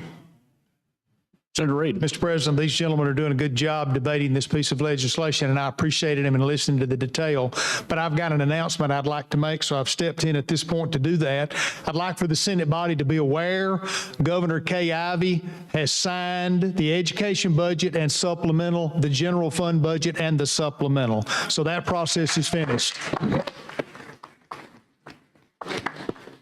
I'd like to offer my appreciation to the body, to our colleagues downstairs, but of course to the governor of Alabama for her engagement and participation with us through this process. Thank you, Mr. President. Thanks, Senator Reed. All right, Senator Bell. Can I go on a motion sign and die then? So let me tell you, I was in court here a while back. Tell you a little story about body cam footage. Okay. Lady comes up on a speeding ticket, just a speeding ticket, and says she wants her trial. During the trial, the officer testified he uses tuning forks for checking his radar, calibrating it prior to the shift, went through everything. She comes up and she's like, well, he was mean to me. He called me names. He talked bad to me and started going on in detail about everything, how he treated her and the things he said to her, and she was in fear and all this kind of stuff. Well, the judge is sitting there looking at her, and she was believable, very believable. The officer speaks up and says, Judge, it's all on my body cam. So the judge then, when the defense rested, prosecutor called the officer back to the stand, put his body cam on the big TV screen, and when he did, she talked to that officer like he was a dog. It was the opposite. The officer said, please, 10 times during that traffic stop. She treated him horrible. And the judge gave her jail time, and she left that on a speeding ticket. She left that courtroom in cuffs with everybody in that courtroom clapping because of his body cam, because she was believable. Everybody in there was just in awe. Sweet little old lady. Oh, sweet little lady. But she called him everything under the name. I mean, it was unbelievable. But because, and then on the side of the courtroom, they had the big TV, and it was all played on it. And you're sitting there counting how many times he says, please, ma'am, I don't want to do this, please, ma'am. And she cussed him up one side, down the other. But she left there that day, and she got served 48 hours in jail on a speeding ticket just because of what she did that day. That is awful. But body cam footage saved that officer, because everybody on her has, the way she did or carried herself, everybody thought that poor sweet lady, my Lord, how dare that officer talk to her like that? How dare, everybody was already blaming the officer, but it backfired when he played that video. But that's a sheep and wolf clothes, wolf and sheep clothes. Yeah, and that's real interesting. That well, I'm not surprised. Because people think they can get away with stuff. I come here and I tell them, because she wasn't even thinking about no camera. I go in here and beat him to it, tell him my story. People will almost believe that officers talk to folk like this, and here it is, I can get ahead of this game, and not understanding that you got all of the possibilities of all this evidence around you that you really didn't think about. Right. And so now, that's why I don't understand why it's almost not mandatory in all of these police departments that they wear cameras. I don't know why it's not mandatory that we don't make it mandatory that they do, because it's just time. I mean, it's, we're caught out here with our police officers, sometime in some areas at a daily war with people. They have to watch their back. You know, they're human beings. They get up every morning, send their kids to school, you know, go off to a profession that they think that it's a profession that's honorable, that's there to protect and serve, and they really believe in what they have basically strived to do in their life journey. And being a police officer is what they wanted to do to serve back in that community. It takes a unique person to get out there and put his or her life in danger on a daily basis to want to do that job. It takes a unique person, because it's not all about just jumping in a patrol car and riding around and being cool and every now and then stopping somebody because they ran a red light or something of that nature. You know, real stuff kick off. Amen. And you know, when you talk about looking for backup, when you're in the midst of it, that's who you want coming. You want to hear those sirens coming. You want to see them blue and red lights coming, because it make you feel a little bit safer because law is here. But I watched a couple of movies, and it always get me when people say, officers be like, "Where's the bag up?" Guy look around and say, "We are the bag up. We on our own, baby. This is just us." And officers find themselves in that situation sometimes because the fire is going on right now. You know, you could say somebody's shooting a gun for 3 minutes. And how many rounds can they get off in 3 minutes? It may seem like eternity to you because you're under fire. And if you've never been around it in your lifetime, whether it was directed at you or you were in the vicinity of it going on, it's just scary, period. Because you never know where a bullet is gonna go. I don't want to hear one gunshot, much less multiple. Exactly. And when you're in that area where multiple going on and you got to duck and dodge and roll over on the ground and get behind somebody, that's a scary thought, man. I've been there, you know, and I'm like, oh, because you never know when stuff's gonna jump off, you know, and I've been in an innocent mall parking lot and the stuff that kicked off. And you running. You know, you don't expect that. Yeah. You know, people leave home every day to go and feel that they're safe going where they're going to go. Those areas where they don't feel safe they're going to go, they usually don't go. They go around those areas if they don't have to go there, especially if you don't live there. And if you got to go there, you know, a lot of times you're going to go there, hopefully you can go there in the daytime versus going by night and get what you want to get on out. But it's a reality, and it happens. And so these body cams are good. I think we need to go on and pass this good bill and get it on out of here. Mr. President, I would like to move for third reading on this good bill that the people of the state of Alabama need. For third reading, be dispensed with and use the previous roll without objection. All right, any objection? Oh, all right, long roll. Long roll. All right, Secretary, call the long roll. Mr. Albritton. Mr. Allen. Mr. Barfoot. Mr. Beasley. Mr. Bell. Mr. Butler. Mr. Carnley. Mr. Chambliss. Mr. Chasteen. Ms. Coleman.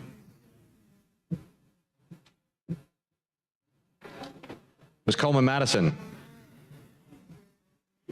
Mr. Elliott.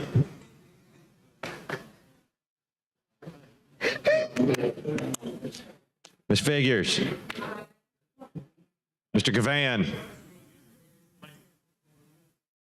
Aye. Mr. Gudger.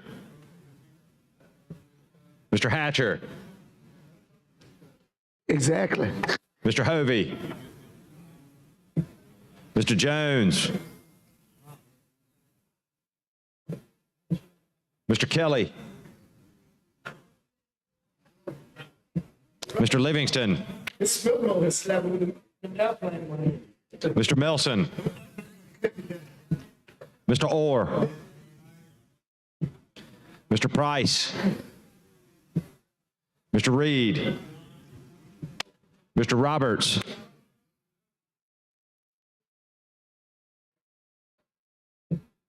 Mr. Schofield. Mr. Sessions. Mr. Shelnut. Mr. Singleton. Mr. Smitherman. Mr. Stewart. Mr. Stutz. No. Mr. Wagner. Ms. Weaver. Mr. Williams.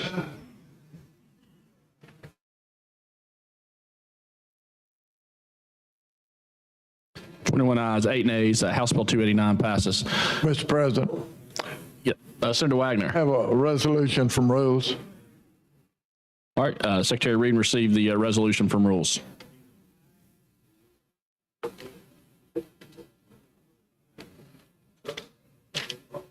From the Committee on Rules, House Joint Resolution number 231, designating a portion of Interstate 22 as the James D. Spike Brown Memorial Highway, receives a favorable report.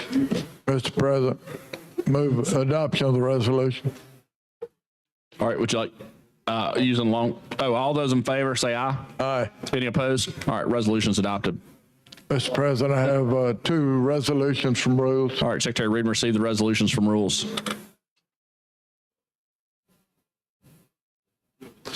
From the Committee on Rules, House Joint Resolution number 248, commending Caden Slay. Also, House Joint Resolution number 251, commending Josephine Viola Walker Walton. Received favorable reports. Mr. President, Senator Wagner. adoption of the resolutions. All those in favor say aye. Any opposed? Resolution's adopted. Mr. President, Senator I'd like Wagner. to ask for unanimous consent to offer a resolution out of order. All right. Any objection? Hearing none, so ordered. Secretary Reed received the resolution. Senate Joint Resolution number 98 by Senator Wagner, congratulating the Vestavia Hills High School baseball team for winning the 2023 Alabama High School Athletic Association Class 7A State Baseball Championship. Mr. President, Senator Wagner. move adoption of the resolution. All right. All those in favor say aye. Any opposed? Mr. All right. The President, resolution's adopted. All right. is it too late to have a co-sponsor of the resolution? Mr. President, having voted on the prevailing side, bring up HJR. I'm sorry, that coming. All right.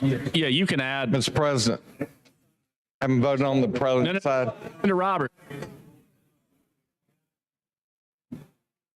All right. Do you have a motion or resolution? No, I was just trying to get this one back up so we can move it out. That's all. You're welcome. All right. Senator Reed, did you want to go to House messages next? Yes, sir, Mr. President. Thank you. We have a couple of House messages that I'd like for us to take some action on. All right, Secretary, call the first House message.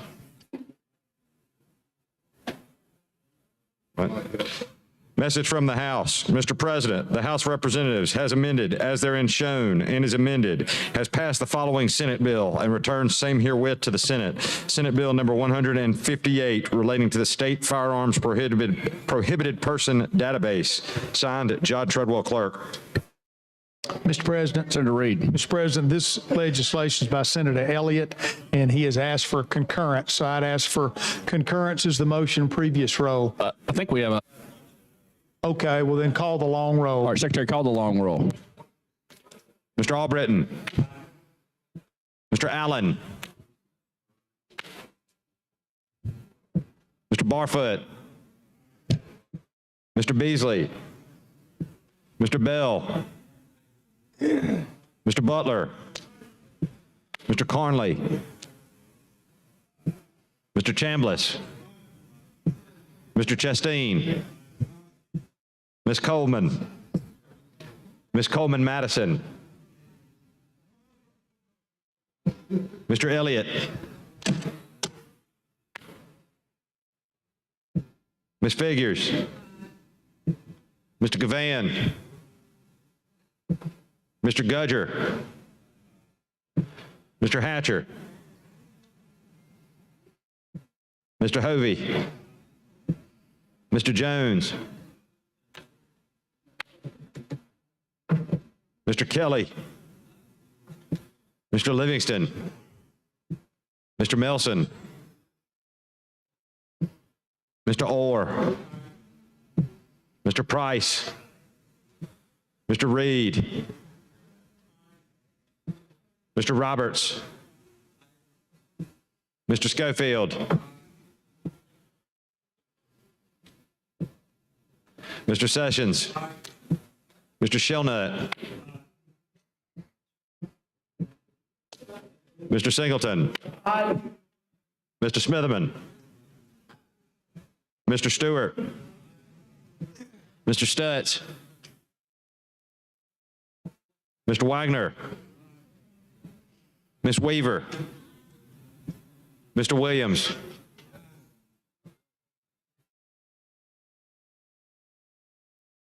Twenty-nine ayes, 0 nays. The Senate concurs on Senate Bill 158. All right, Secretary, call the next House message.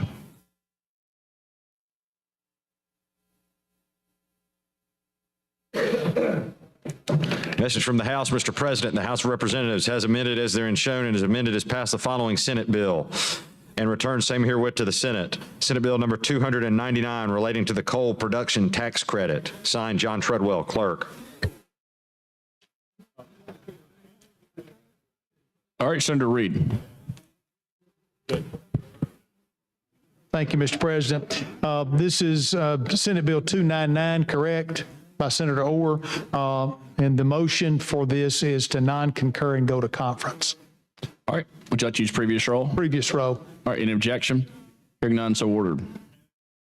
Mr. Albritton. Mr. Williams. Going to conference on a bill for Senator Orr in your conference. 31 ayes, 0 nays. The Senate non-concurs and goes to conference. The three conferees will be Senator Orr, Senator Barfoot, Senator Smitherman. All right. Thanks, Senator Reed. Thank you, Mr. President. Mr. President, I'd also like to ask unanimous consent to accept a committee report, Jefferson delegation report, out of order. Okay. Any objection? Hearing none, so ordered.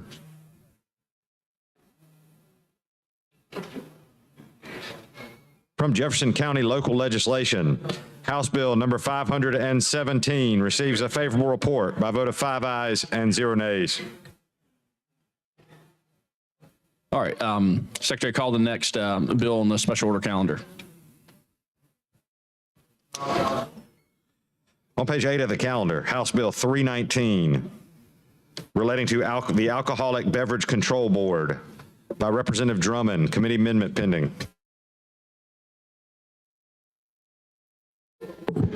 Mr. President.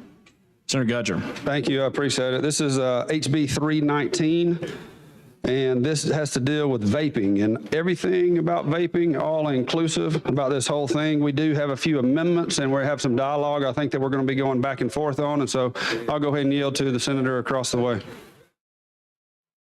Senator Melson. Mr. President, I've heard a little bit about this bill, but in the 9 years that I've been here, I don't remember the American Cancer Society Action Network sending out an email to all of us, and it says vote no on HB 319. Do you know what that's about at all?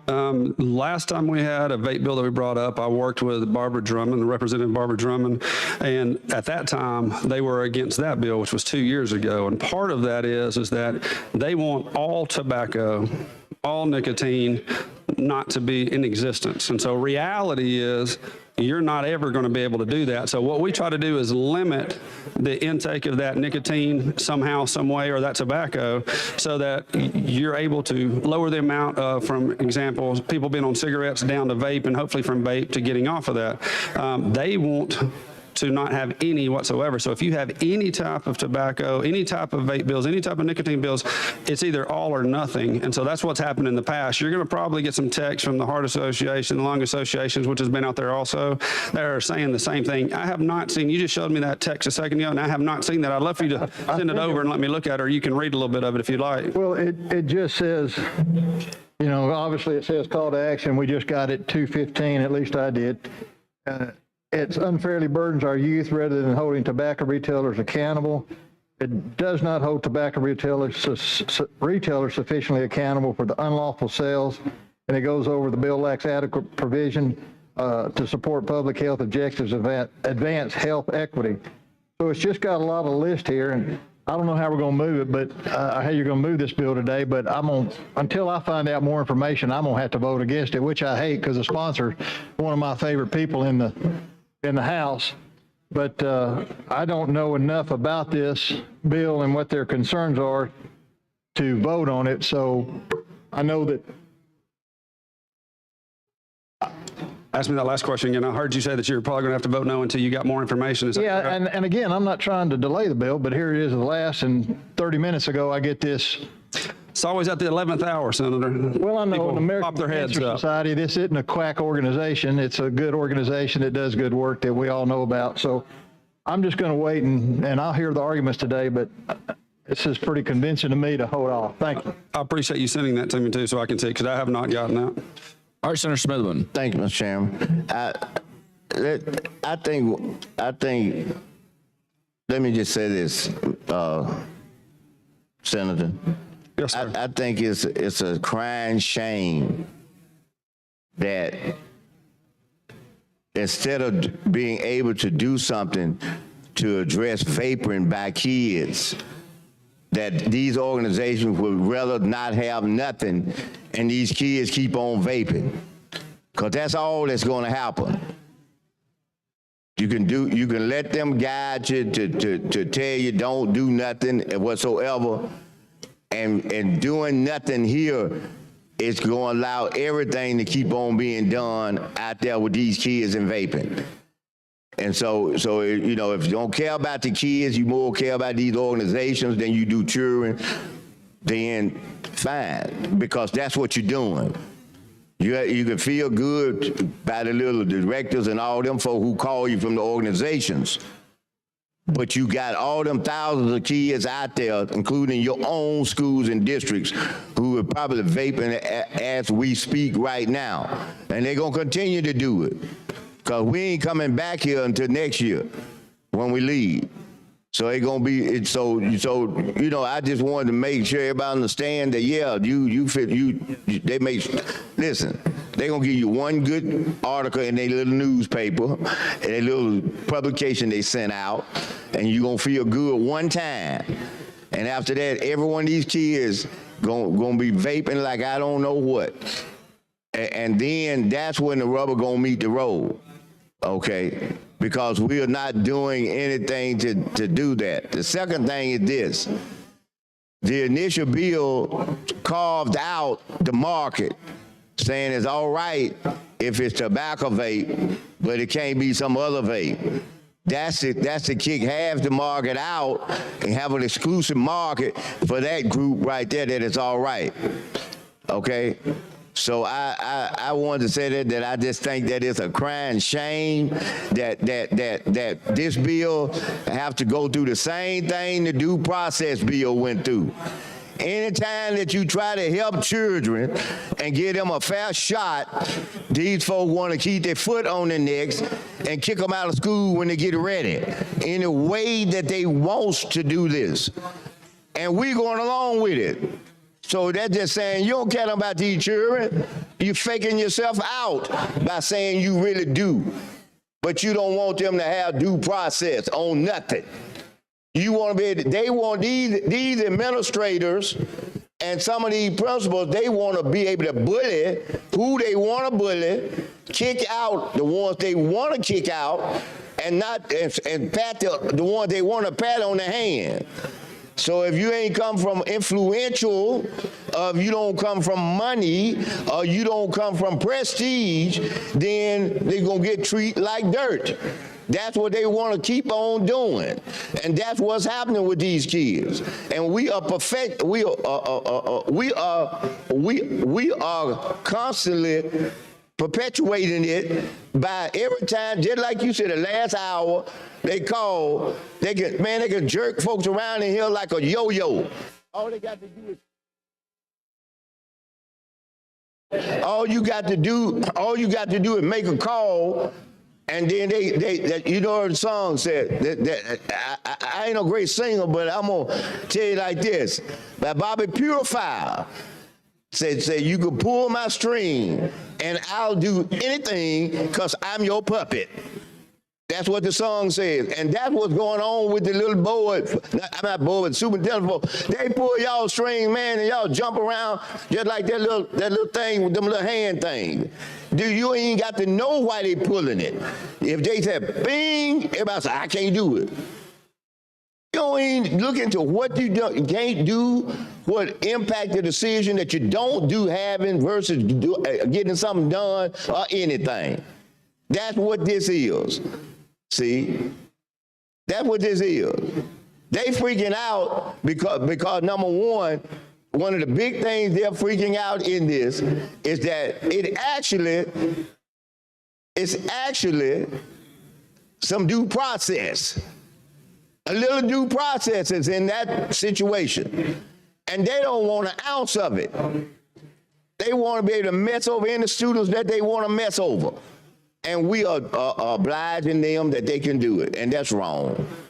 That's wrong. That's what this is. That's exactly what this is. Okay? And yet, if they are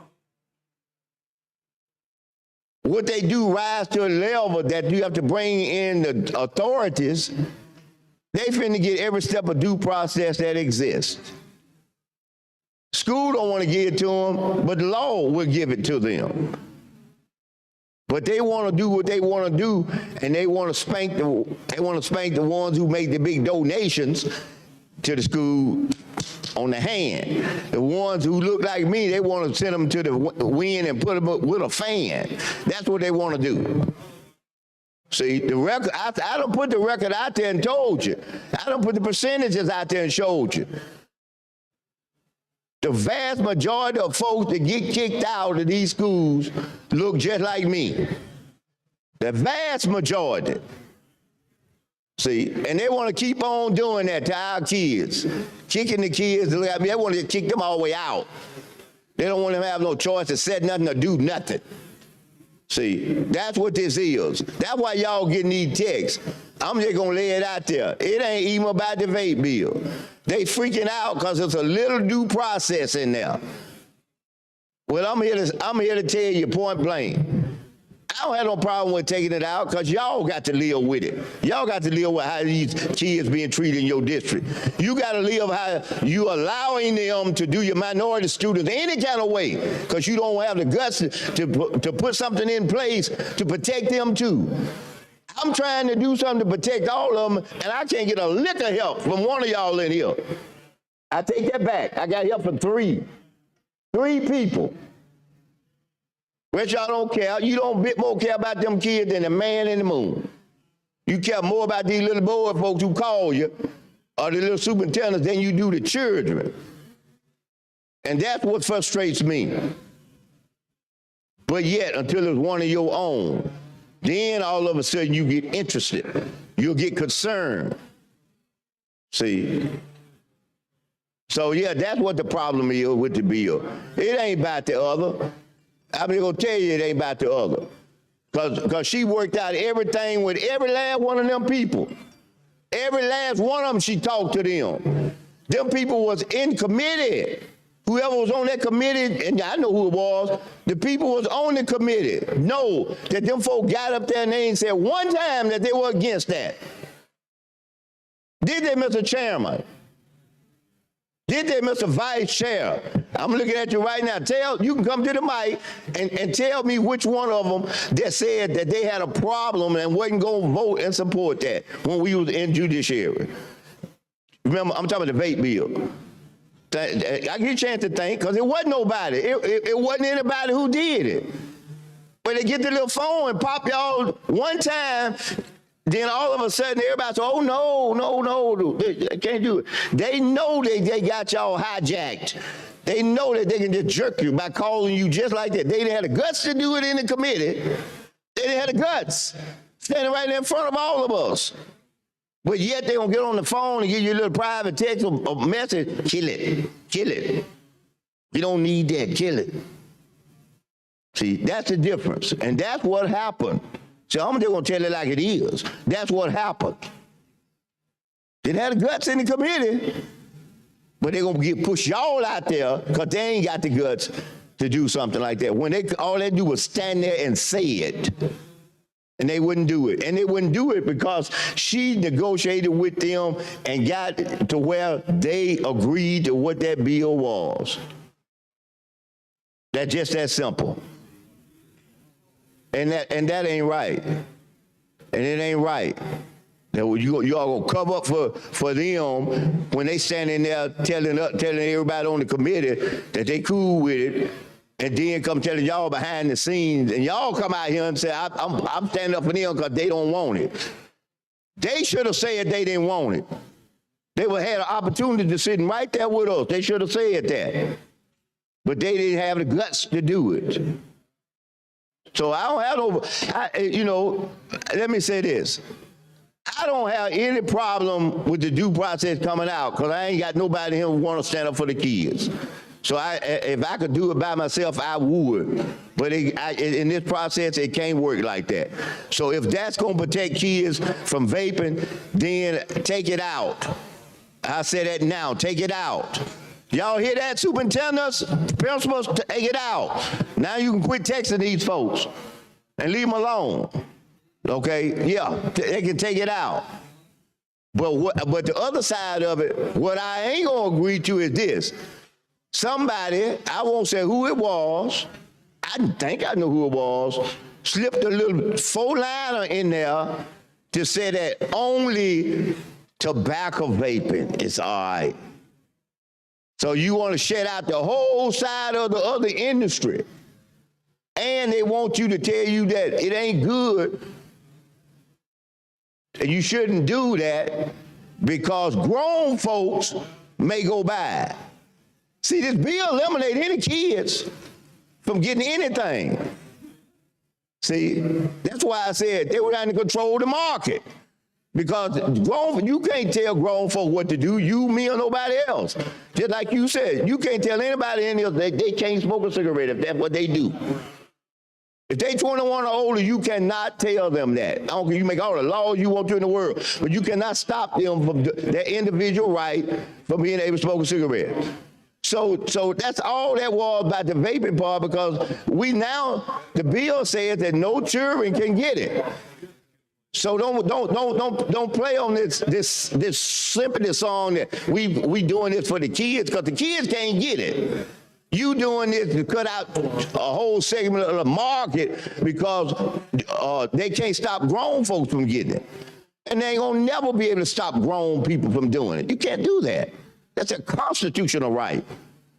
Okay, so either you hurt the kids because the bill said the kids can't do it.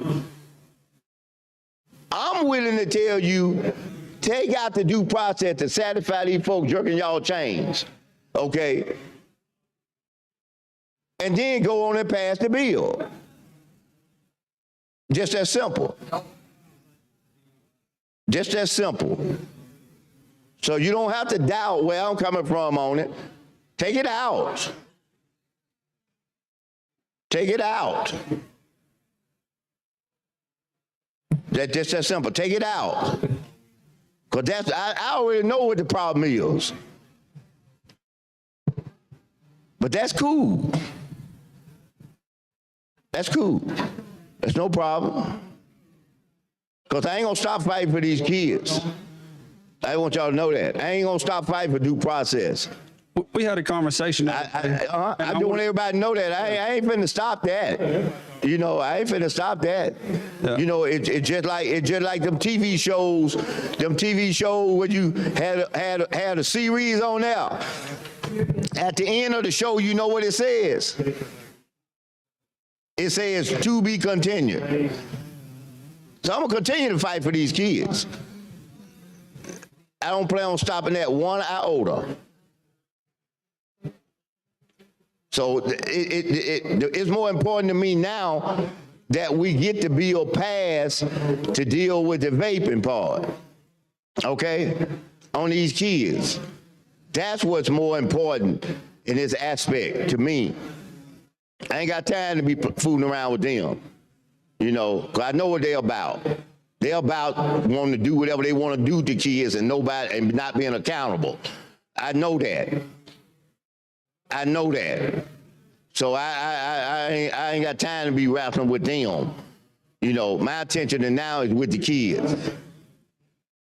Okay, my attention now is with the kids. So we need to have this bill for the children won't be vaping, because if you don't pass this bill, they gonna vape for a whole nother year before you come back here to have to address that.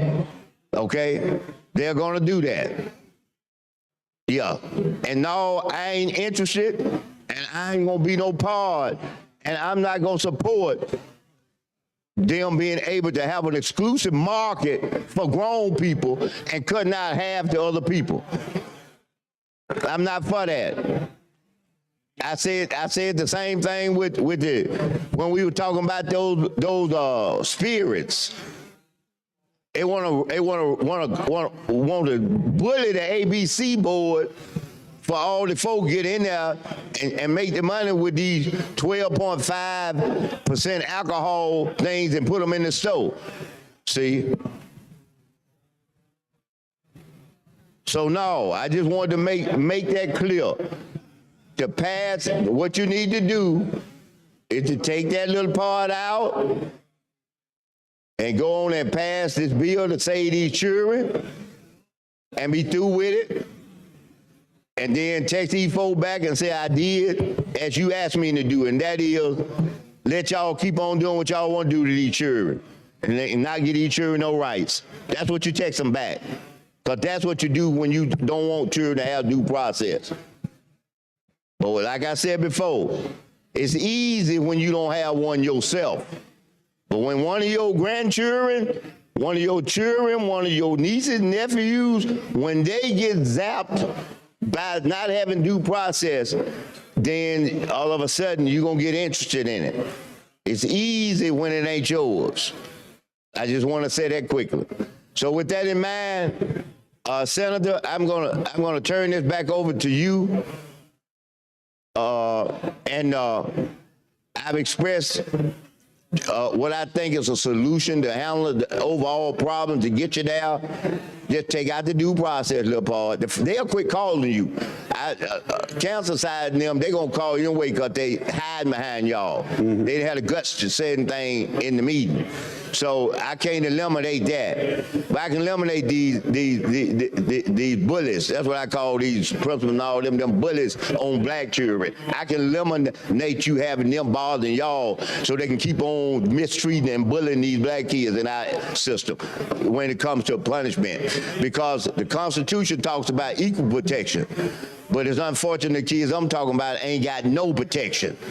And so with that, I'll yield back to you. Senator Smitherman, I would like to ask one thing before you leave the mic, if that's okay, Senator Figures, but I would love for you to talk for a minute, Senator Figures, and let's go through this together like we did the last bill that we worked on together. But you have an amendment that's 4-page. I heard what you said about taking that out. Yeah. I obviously will work with you on that in a minute. I only have this one, so I'll be working with you on this amendment if that's what you want us to do, okay? Yeah. I mean, that's what them folk want y'all to do. I'm just being honest. You know, if they call you about the due process bill, they calling you about the little due process in there. That's what it is. I just want to make sure you and I work and I'm more concerned about them kids and dealing with the vaping. Yeah. You know, that's a fight that will be continued. Right. Oh, it'll be continued. I ain't no doubt about that. I promise you it'll be continued. And I ain't promising y'all, I'm promising them. Right. Okay? It'll be continued. Okay. You know, but right now, that ain't the issue. The issue is dealing with these kids and it's vaping. And that will get rid of half of your, that get rid of 75% of your problem. You take that out and make sure you show them when they took it out. Okay? Okay. Let them know you took it out. All right? Because I can't believe, as bad as they are about wanting to mistreat kids and a license to do it, that they want also kids to die in their school. I don't believe that. I believe they want to mistreat them, but I don't believe they want them to die. And this vaping is going to take them out in school. Okay? young people like they're gonna take them out. And so I think that they'll back off of y'all then because they don't want the little children to die. So I think that you take that out, I think they'll quit calling you. Okay? They'll quit calling you. And then I think that at least you have enough of them to quit calling you. That enough folk won't be running scared because they calling and go on and try to save the children. Right. See, right now we yielding to them. This what you got. You got a three-pronged thing. You got them over here. You got due process for kids to be treated right over here. And you got death over here. Eliminate the due process, and I believe they'll get on out your way so you can save these kids so they don't die over here. Because they wouldn't have let them die if you start talking about due process. They don't care. They care about their ability to be kings or queen or whatever it is to use an autocratic rule. You know what autocratic means? That means that you just have one way, your way. Not the fair and the right way, but just your way alone. You know, they want that. They want to be the big king, queen, popping the stick without anybody asking you, why are you popping the stick? Or are you doing it in an equitable manner? Or are you being biased about it? Or either what you accusing somebody about, or you lying. They don't want nobody to question them. They want to be a dictator, you know. But I think that if you remove the due process, I think they will have enough understanding that they got a problem over here where people can die, and maybe they'll get out of y'all way, and then we can get a bill that's passed to protect our children. Thank you. Thank you, sir. Mr. President, Senator Vickers? may I dialogue with Senator Gudger on this bill, please? Yes, ma'am. Senator Gudger, thank you for handling this bill for Representative Drummond. Thank you, Senator. So very proud of her for fighting this fight. It's been a long fight, too. Well, she shared with me that she had been working on this bill for 9 months. You know, those of us who can have children and have had children, it takes 9 months to birth that baby. And we're right here we're in the delivery room trying to have this baby. And this baby is a wonderful baby that's really gonna bring life to the state of Alabama. It's gonna preserve life for the state of Alabama, for our precious children, our precious minors. You know, it seems like deja vu because many years ago, I passed the Clean Indoor Air Act, and it took me 6 years to do that. And the reason, and I will say, I'm the one who led that effort, why we don't have smoke in the State House now. When I got here, I would walk down this hallway with people smoking cigarettes, where I had to spray a can of Lysol down the hallway to get to the chamber. Matt's mother remembers that, Melody Ellis, my executive assistant at the time. And one thing that I wouldn't compromise on that bill was allowing municipalities to pass stronger ordinances than that state bill, so that we could have smoke-free public places for people to eat in, for them to walk in, for them to be. And some of the organizations that I thought would be a no-brainer to support clean air in the state of Alabama were the major organizations fighting me behind my back while smiling in my face, telling me that they were supporting my bill. Well, I understand the same thing has happened to Representative Drummond.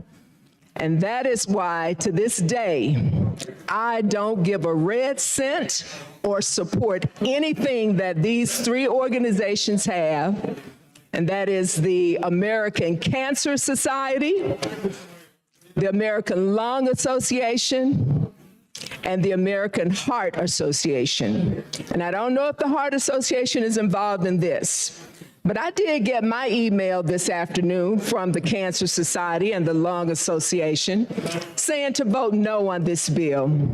And they say it's because of the penalties that are put on the children. Well, if that's your only problem, why don't you come to the table and say, let's lessen those penalties? Because vaping with our children is near or at an epidemic stage in the state of Alabama. We rank number 3 in the entire country with the incidences of children smoking through vaping. It's the number 1 problem in the state of Alabama that superintendents and principals tell me is happening in our schools. We have 7- and 8-year-olds who are starting to vape because they can get to it. And when people come and say, we're trying to put somebody out of business, no, this industry is not even regulated. And that's what Representative Drummond is trying to do. Because we know that they are ordering the e-liquids or cartridges or whatever they sell, they're ordering it from out of the country, overseas, in China and all over, and it's poisonous. It's not even on the, I mean, it's also banned with the FDA. So all she's trying to do is regulate that so that our children won't get to it. Because, as you know, a child's brain does not fully develop until they're 25 years old. Can you imagine what these chemicals are doing to their brains, what it's doing to their lungs, irreparable damage to their bodies? So we want to get to them. And if I might remind this body, if I might remind the senators, Mr. President, that I also sponsored a vaping bill that all of you co-signed with me, with the exception of one, Senator Kelly, because he was getting an award in Washington, D.C.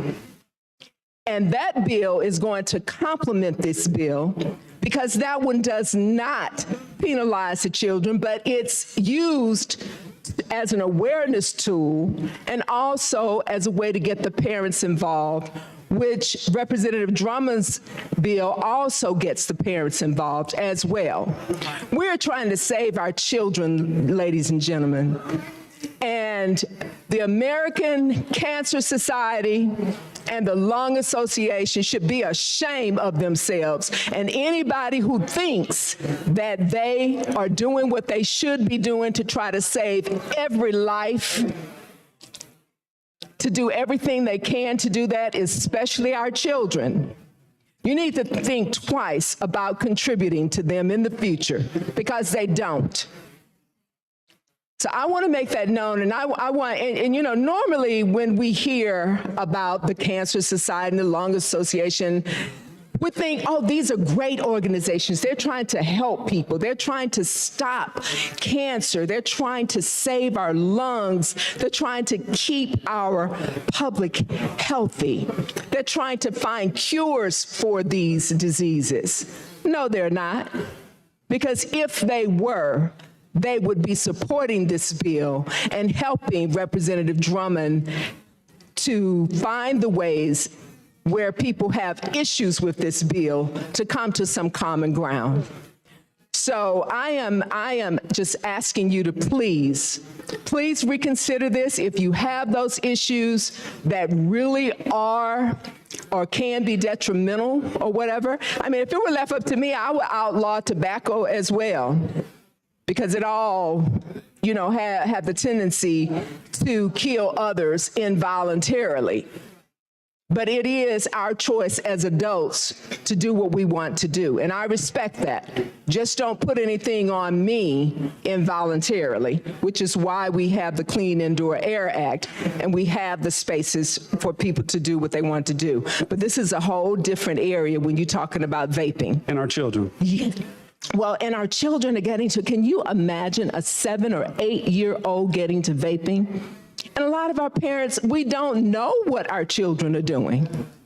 We don't know. Right. So we've got to get this under control. It's estimated that we're going to lose over 100,000 of our children in the next 10 years if we don't get this situation under control.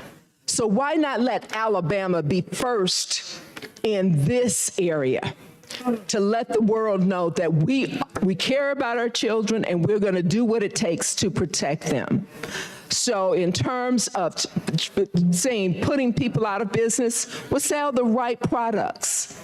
Sell the right products. Sell the products that the FDA have said that Regulated. they have said that they're okay and they are regulated. Let's regulate this industry. We regulate the alcohol industry. We regulate the tobacco industry. Let's regulate the vaping industry. I support this bill wholeheartedly, and I want to help Representative Drummond continue to push until we deliver this baby. This baby's name is HB 319.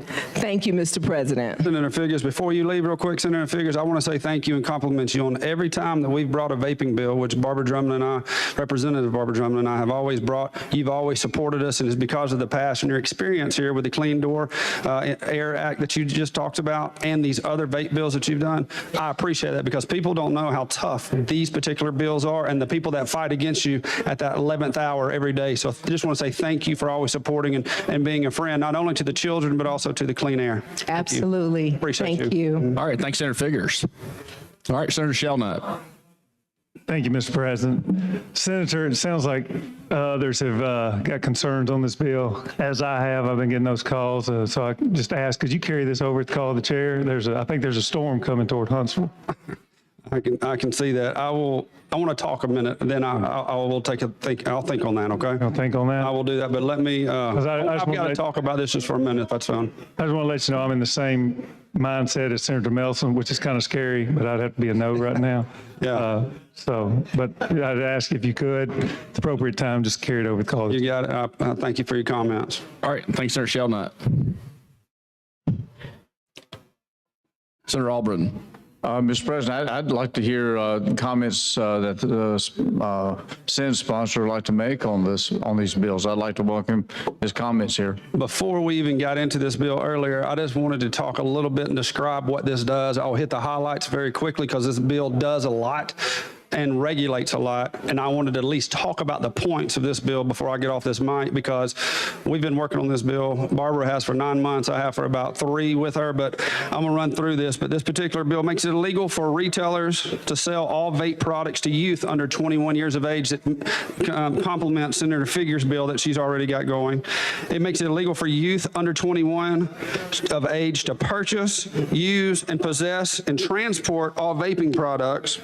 It requires all vape products to be placed in an area not accessible to individuals under 21 years of age.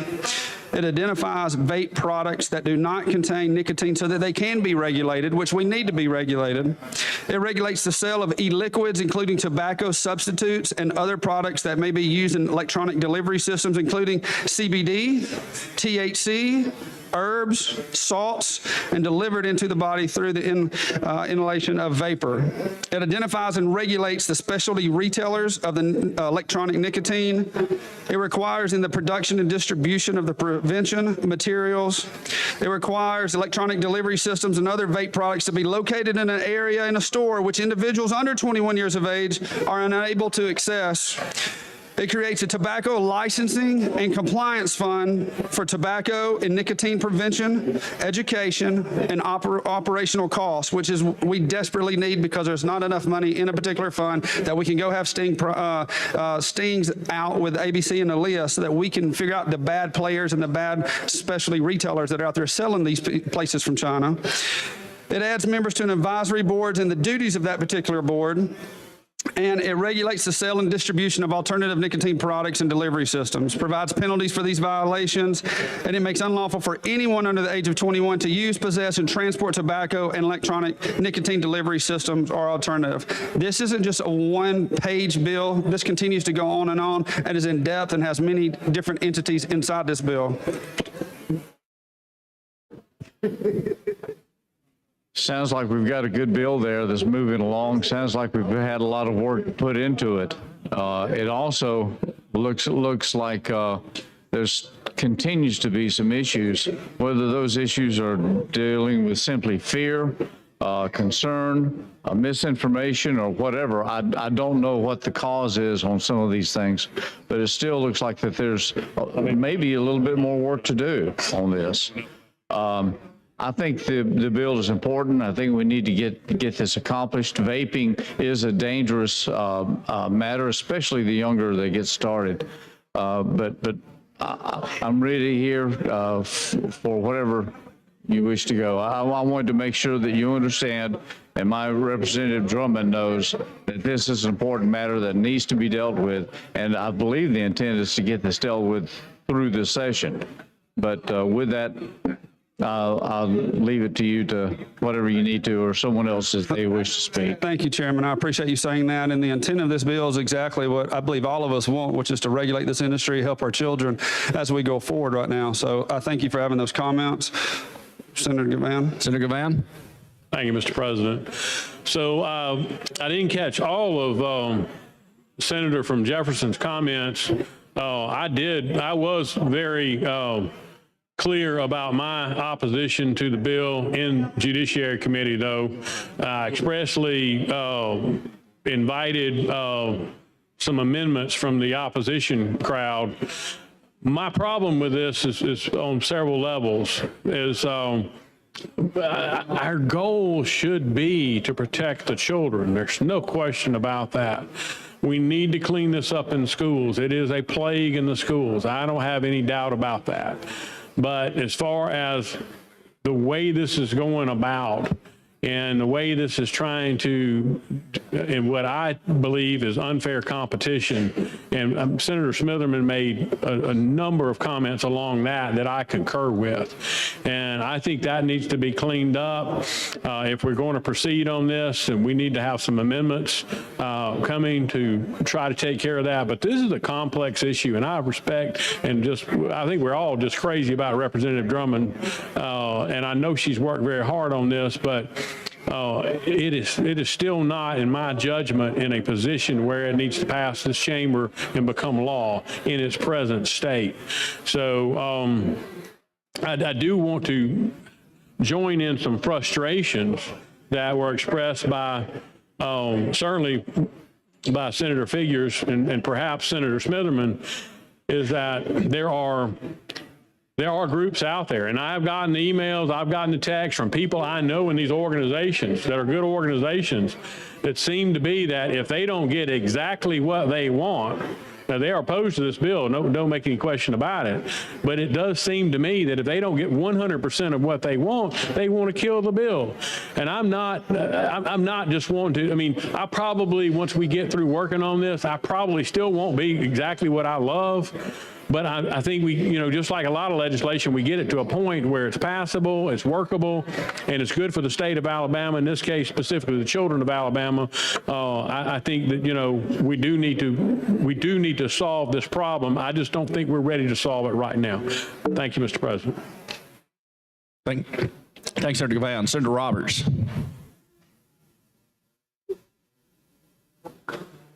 Mr. President, thank you.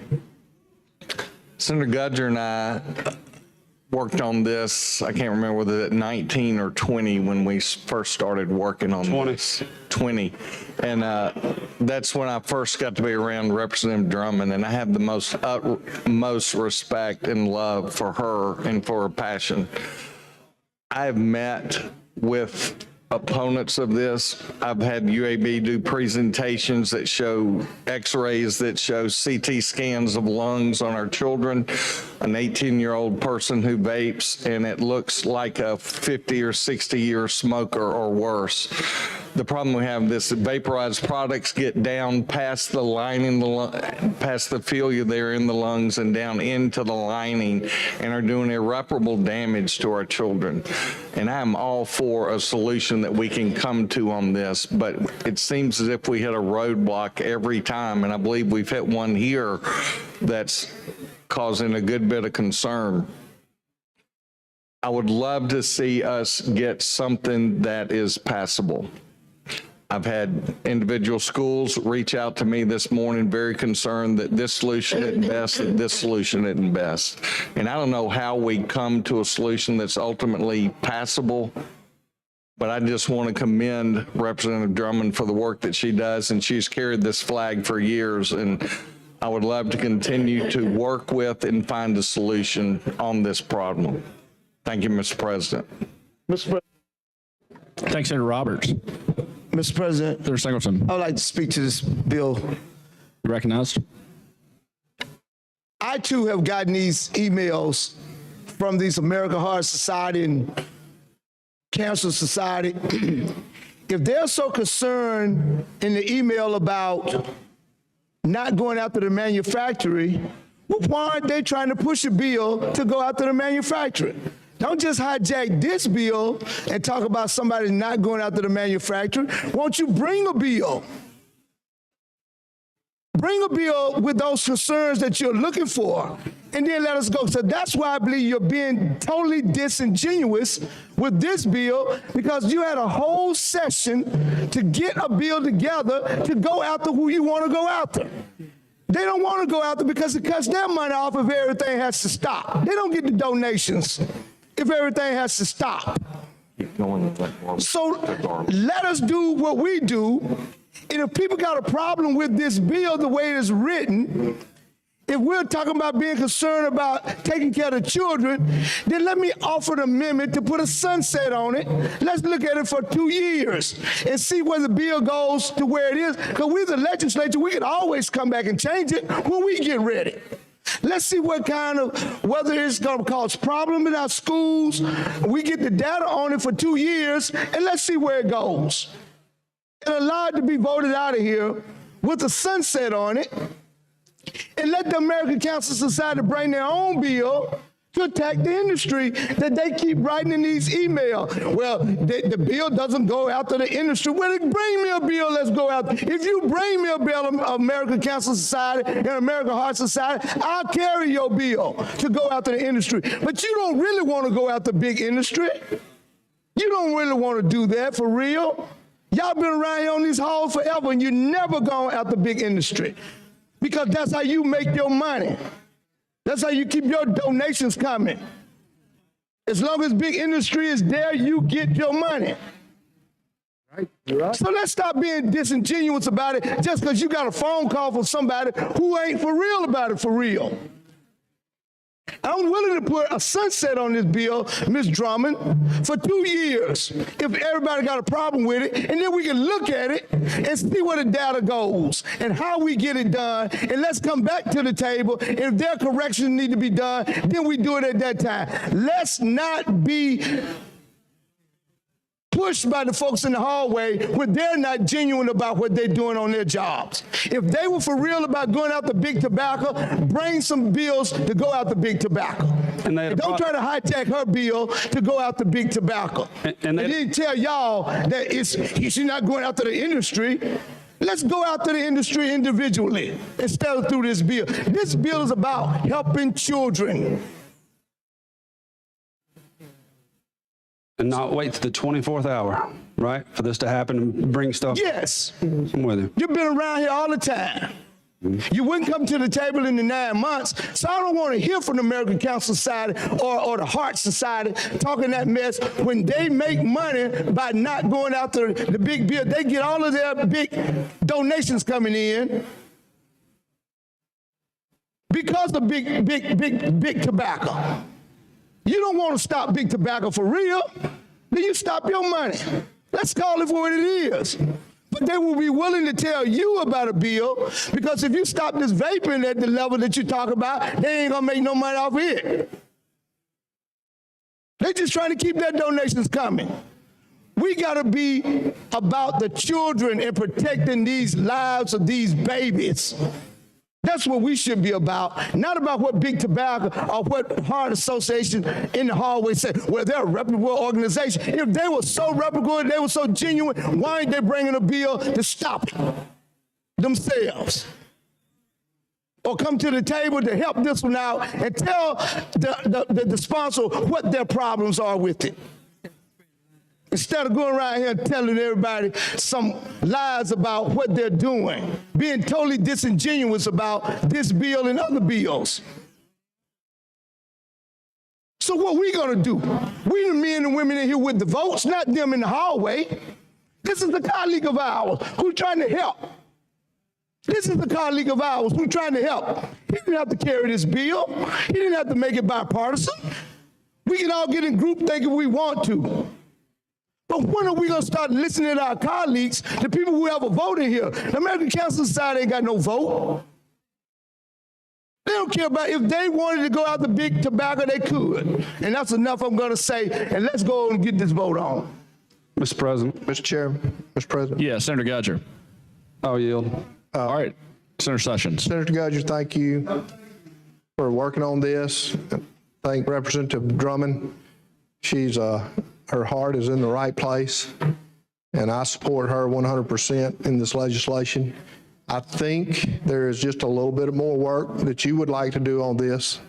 So, and we do have next Tuesday, and I do want to see this get a vote, whether it makes it Tuesday or don't make it Tuesday. I want to see this because it is about the children. It's not about these societies. It's not about the big tobacco. We have got to do something. When these children are hurting themselves and we're allowing businesses to profit from the health of these children and adults. You know, I'm with Senator Figures. I wish we could do away with all the smoking, all the vaping, but we can't. And that's personal to me. So, you know, it's your bill, Representative Drummond's bill. I think she's okay with trying to work on this and getting a vote Tuesday, but that's up to you, sir. I'm good with whatever you would like to do. Mr. President.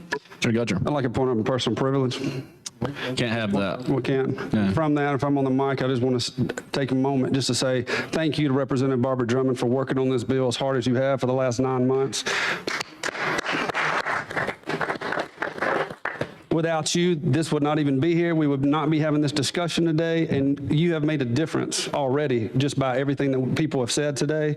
I have spoken with the House sponsor, Barbara Drummond, and myself as the Senate sponsor. We want to take the amendment that we were going to add, that somebody was going to add, Senator Smitherman was today, look at it, look at this other committee amendment that was there, bring this back to the floor so we can have an up-down vote coming up soon. But at this moment, I would like to make a motion to carry it over the call of the chair. Any objection? Yes, I'd like to be recognized. All right, to speak on his motion? Yes. Okay. All right. I just want to quickly tell everybody in here that it's commendable and honorable to give her claps, but she need a vote. She need votes. And I want everybody to understand she needs votes. And I'm saying this now as you all begin to work on it, and I'll do whatever you need me to do in that process. But I'm telling you all now, for the sake of the children, please take out the due process so they won't get confused when these folk call and said, don't vote for it because of due process. Yes, sir. Take it out. Okay, please, I'm asking you to take it out. Yes, sir. Because the most important thing is these children's lives. And that's more important than all of this that we've said or heard today. So please take it out. Because that's 50% of what this problem is. And I'm not going to go back in no conversation about that now at the 9th hour, like you all said. But take it out so we can protect our children. Okay? If you'll do that, I think she'll be agreeable for it to come out. I'm asking you all to take it out for these children. Okay? Yeah. Thank you very much. All right, we got a motion to carry the bill over, call the chair. Any objection? Hearing none, so ordered. House Bill 319 is carried over the call of the chair. Thank you, Mr. President. Thank you, Senator Gudger. All right, Secretary, call the next bill on the calendar. On page 18 of the calendar, House Bill 133 by Representative Rafferty relating to the Preceptor Tax Incentive Program. Committee amendment pending. All right, Senator Weaver. Thank you, Mr. President. I am here on behalf of Representative Rafferty and myself. We have been working on this for a number of months in a bipartisan effort. There was a committee amendment that was adopted yesterday. There was an error in that committee amendment, and I would first like to make a motion to table the committee amendment. All right, all those in favor say aye. Aye. Any opposed? The committee amendment's tabled. Okay, so this bill is a preceptor tax incentive program bill, and it is for tax incentives for people, doctors, advanced practice nurses who provide preceptorship in areas that are rural and or underserved. So there was a sub that we worked on last night. All right, Secretary Reed, receive the substitute, please. Is that right? That's a substitute? Yes. Okay. It's a All right, sub. Secretary Reed, and receive the substitute. Substitute for House Bill 133 by Senator Weaver. And so this sub is one that was distributed to members earlier, and the things that it included were there was some unintentional exclusion of CRNAs in the original bill that we added back in for the nurse preceptors, and it also changed the eligible areas. It once said medically underserved rural, now it says rural and underserved, so it allows more areas to be added to that. So, okay, so I'd like to make a motion to adopt the sub using previous rule, no objections. All right, any objection? All right, hearing none, so ordered. Mr. Albritton. Mr. Williams. 31 ayes, 0 nays. The Senator Weaver substitute's adopted. Thank you. So I'm happy to entertain any questions, but if there are no questions, I'd like to move for final passage using previous rule, no objection. All right, any objection? Hearing none, so ordered. Mr. Albritton. Mr. Williams.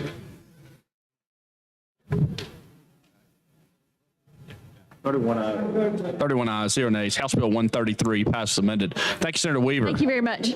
Mr. President, Senator Figures. there was a bill that I had objected to, wanting time to get an amendment together by Representative Shavers, HB 272. If we could bring that bill back, Senator Weaver, you have that amendment Was that at the, for 272. was that carried over, call the chair? It was, yes, sir, it was. Okay, and what's the number again? HB 272. All right, Secretary, call By HB Representative 272, please. Shavers. On page 2 of the calendar, House Bill 272 by Representative Shaver relating to crimes and offenses. All right, Thank you, Mr. President. Senator Weaver had gotten the agreed upon amendment from Representative Shaver and would like to offer that. all right, Secretary Reed, receive the amendment, please. Amendment to House Bill 272 by Senator Weaver. Replace line 75 on page 3 with the following. Mr. President, I'd like to Senator move Vickers. for adoption of the amendment using previous rule without objection. All right, any objection? Hearing none, so ordered. Mr. Albritton. Mr. Williams. 31 ayes, 0 nays. The Senator Weaver amendment is adopted. Mr. President, I'd like to move for final passage as amended of HB 272, reading at length to be dispensed with using previous rule without objection. All right, any objection? Hearing none, so ordered. Mr. Albritton. Mr. Williams. 31 ayes, 0 nays. House Bill 272 passes. Thank you, Senator Figures. Thank you, Mr. President. Thank you, Senator Weaver, and thank Thanks, you, Senator members Weaver. of the Senate. All right, Senator Reed. Mr. President, thank you.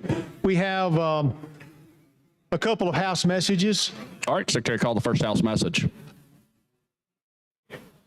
Message from the House. Mr. President, the House of Representatives has concurred in and adopted the report of the Committee on Conference on the disagreement of the two houses on the Senate amendment to the bill, House Bill 13, relating to municipalities. Senator Reed. Senator Gavan. Mr. President. Mr. President, I would move that we adopt the conference committee using previous rule without objection. All right, motion to concur on the conference committee using previous rule. Please. All right, any objection? Hearing none, so ordered. Mr. Albritton. Mr. Williams. 31 ayes, 0 nays. The Senate concurs on House Bill 13. Thank you, Senator Gavan. All right, Secretary, call the next House message.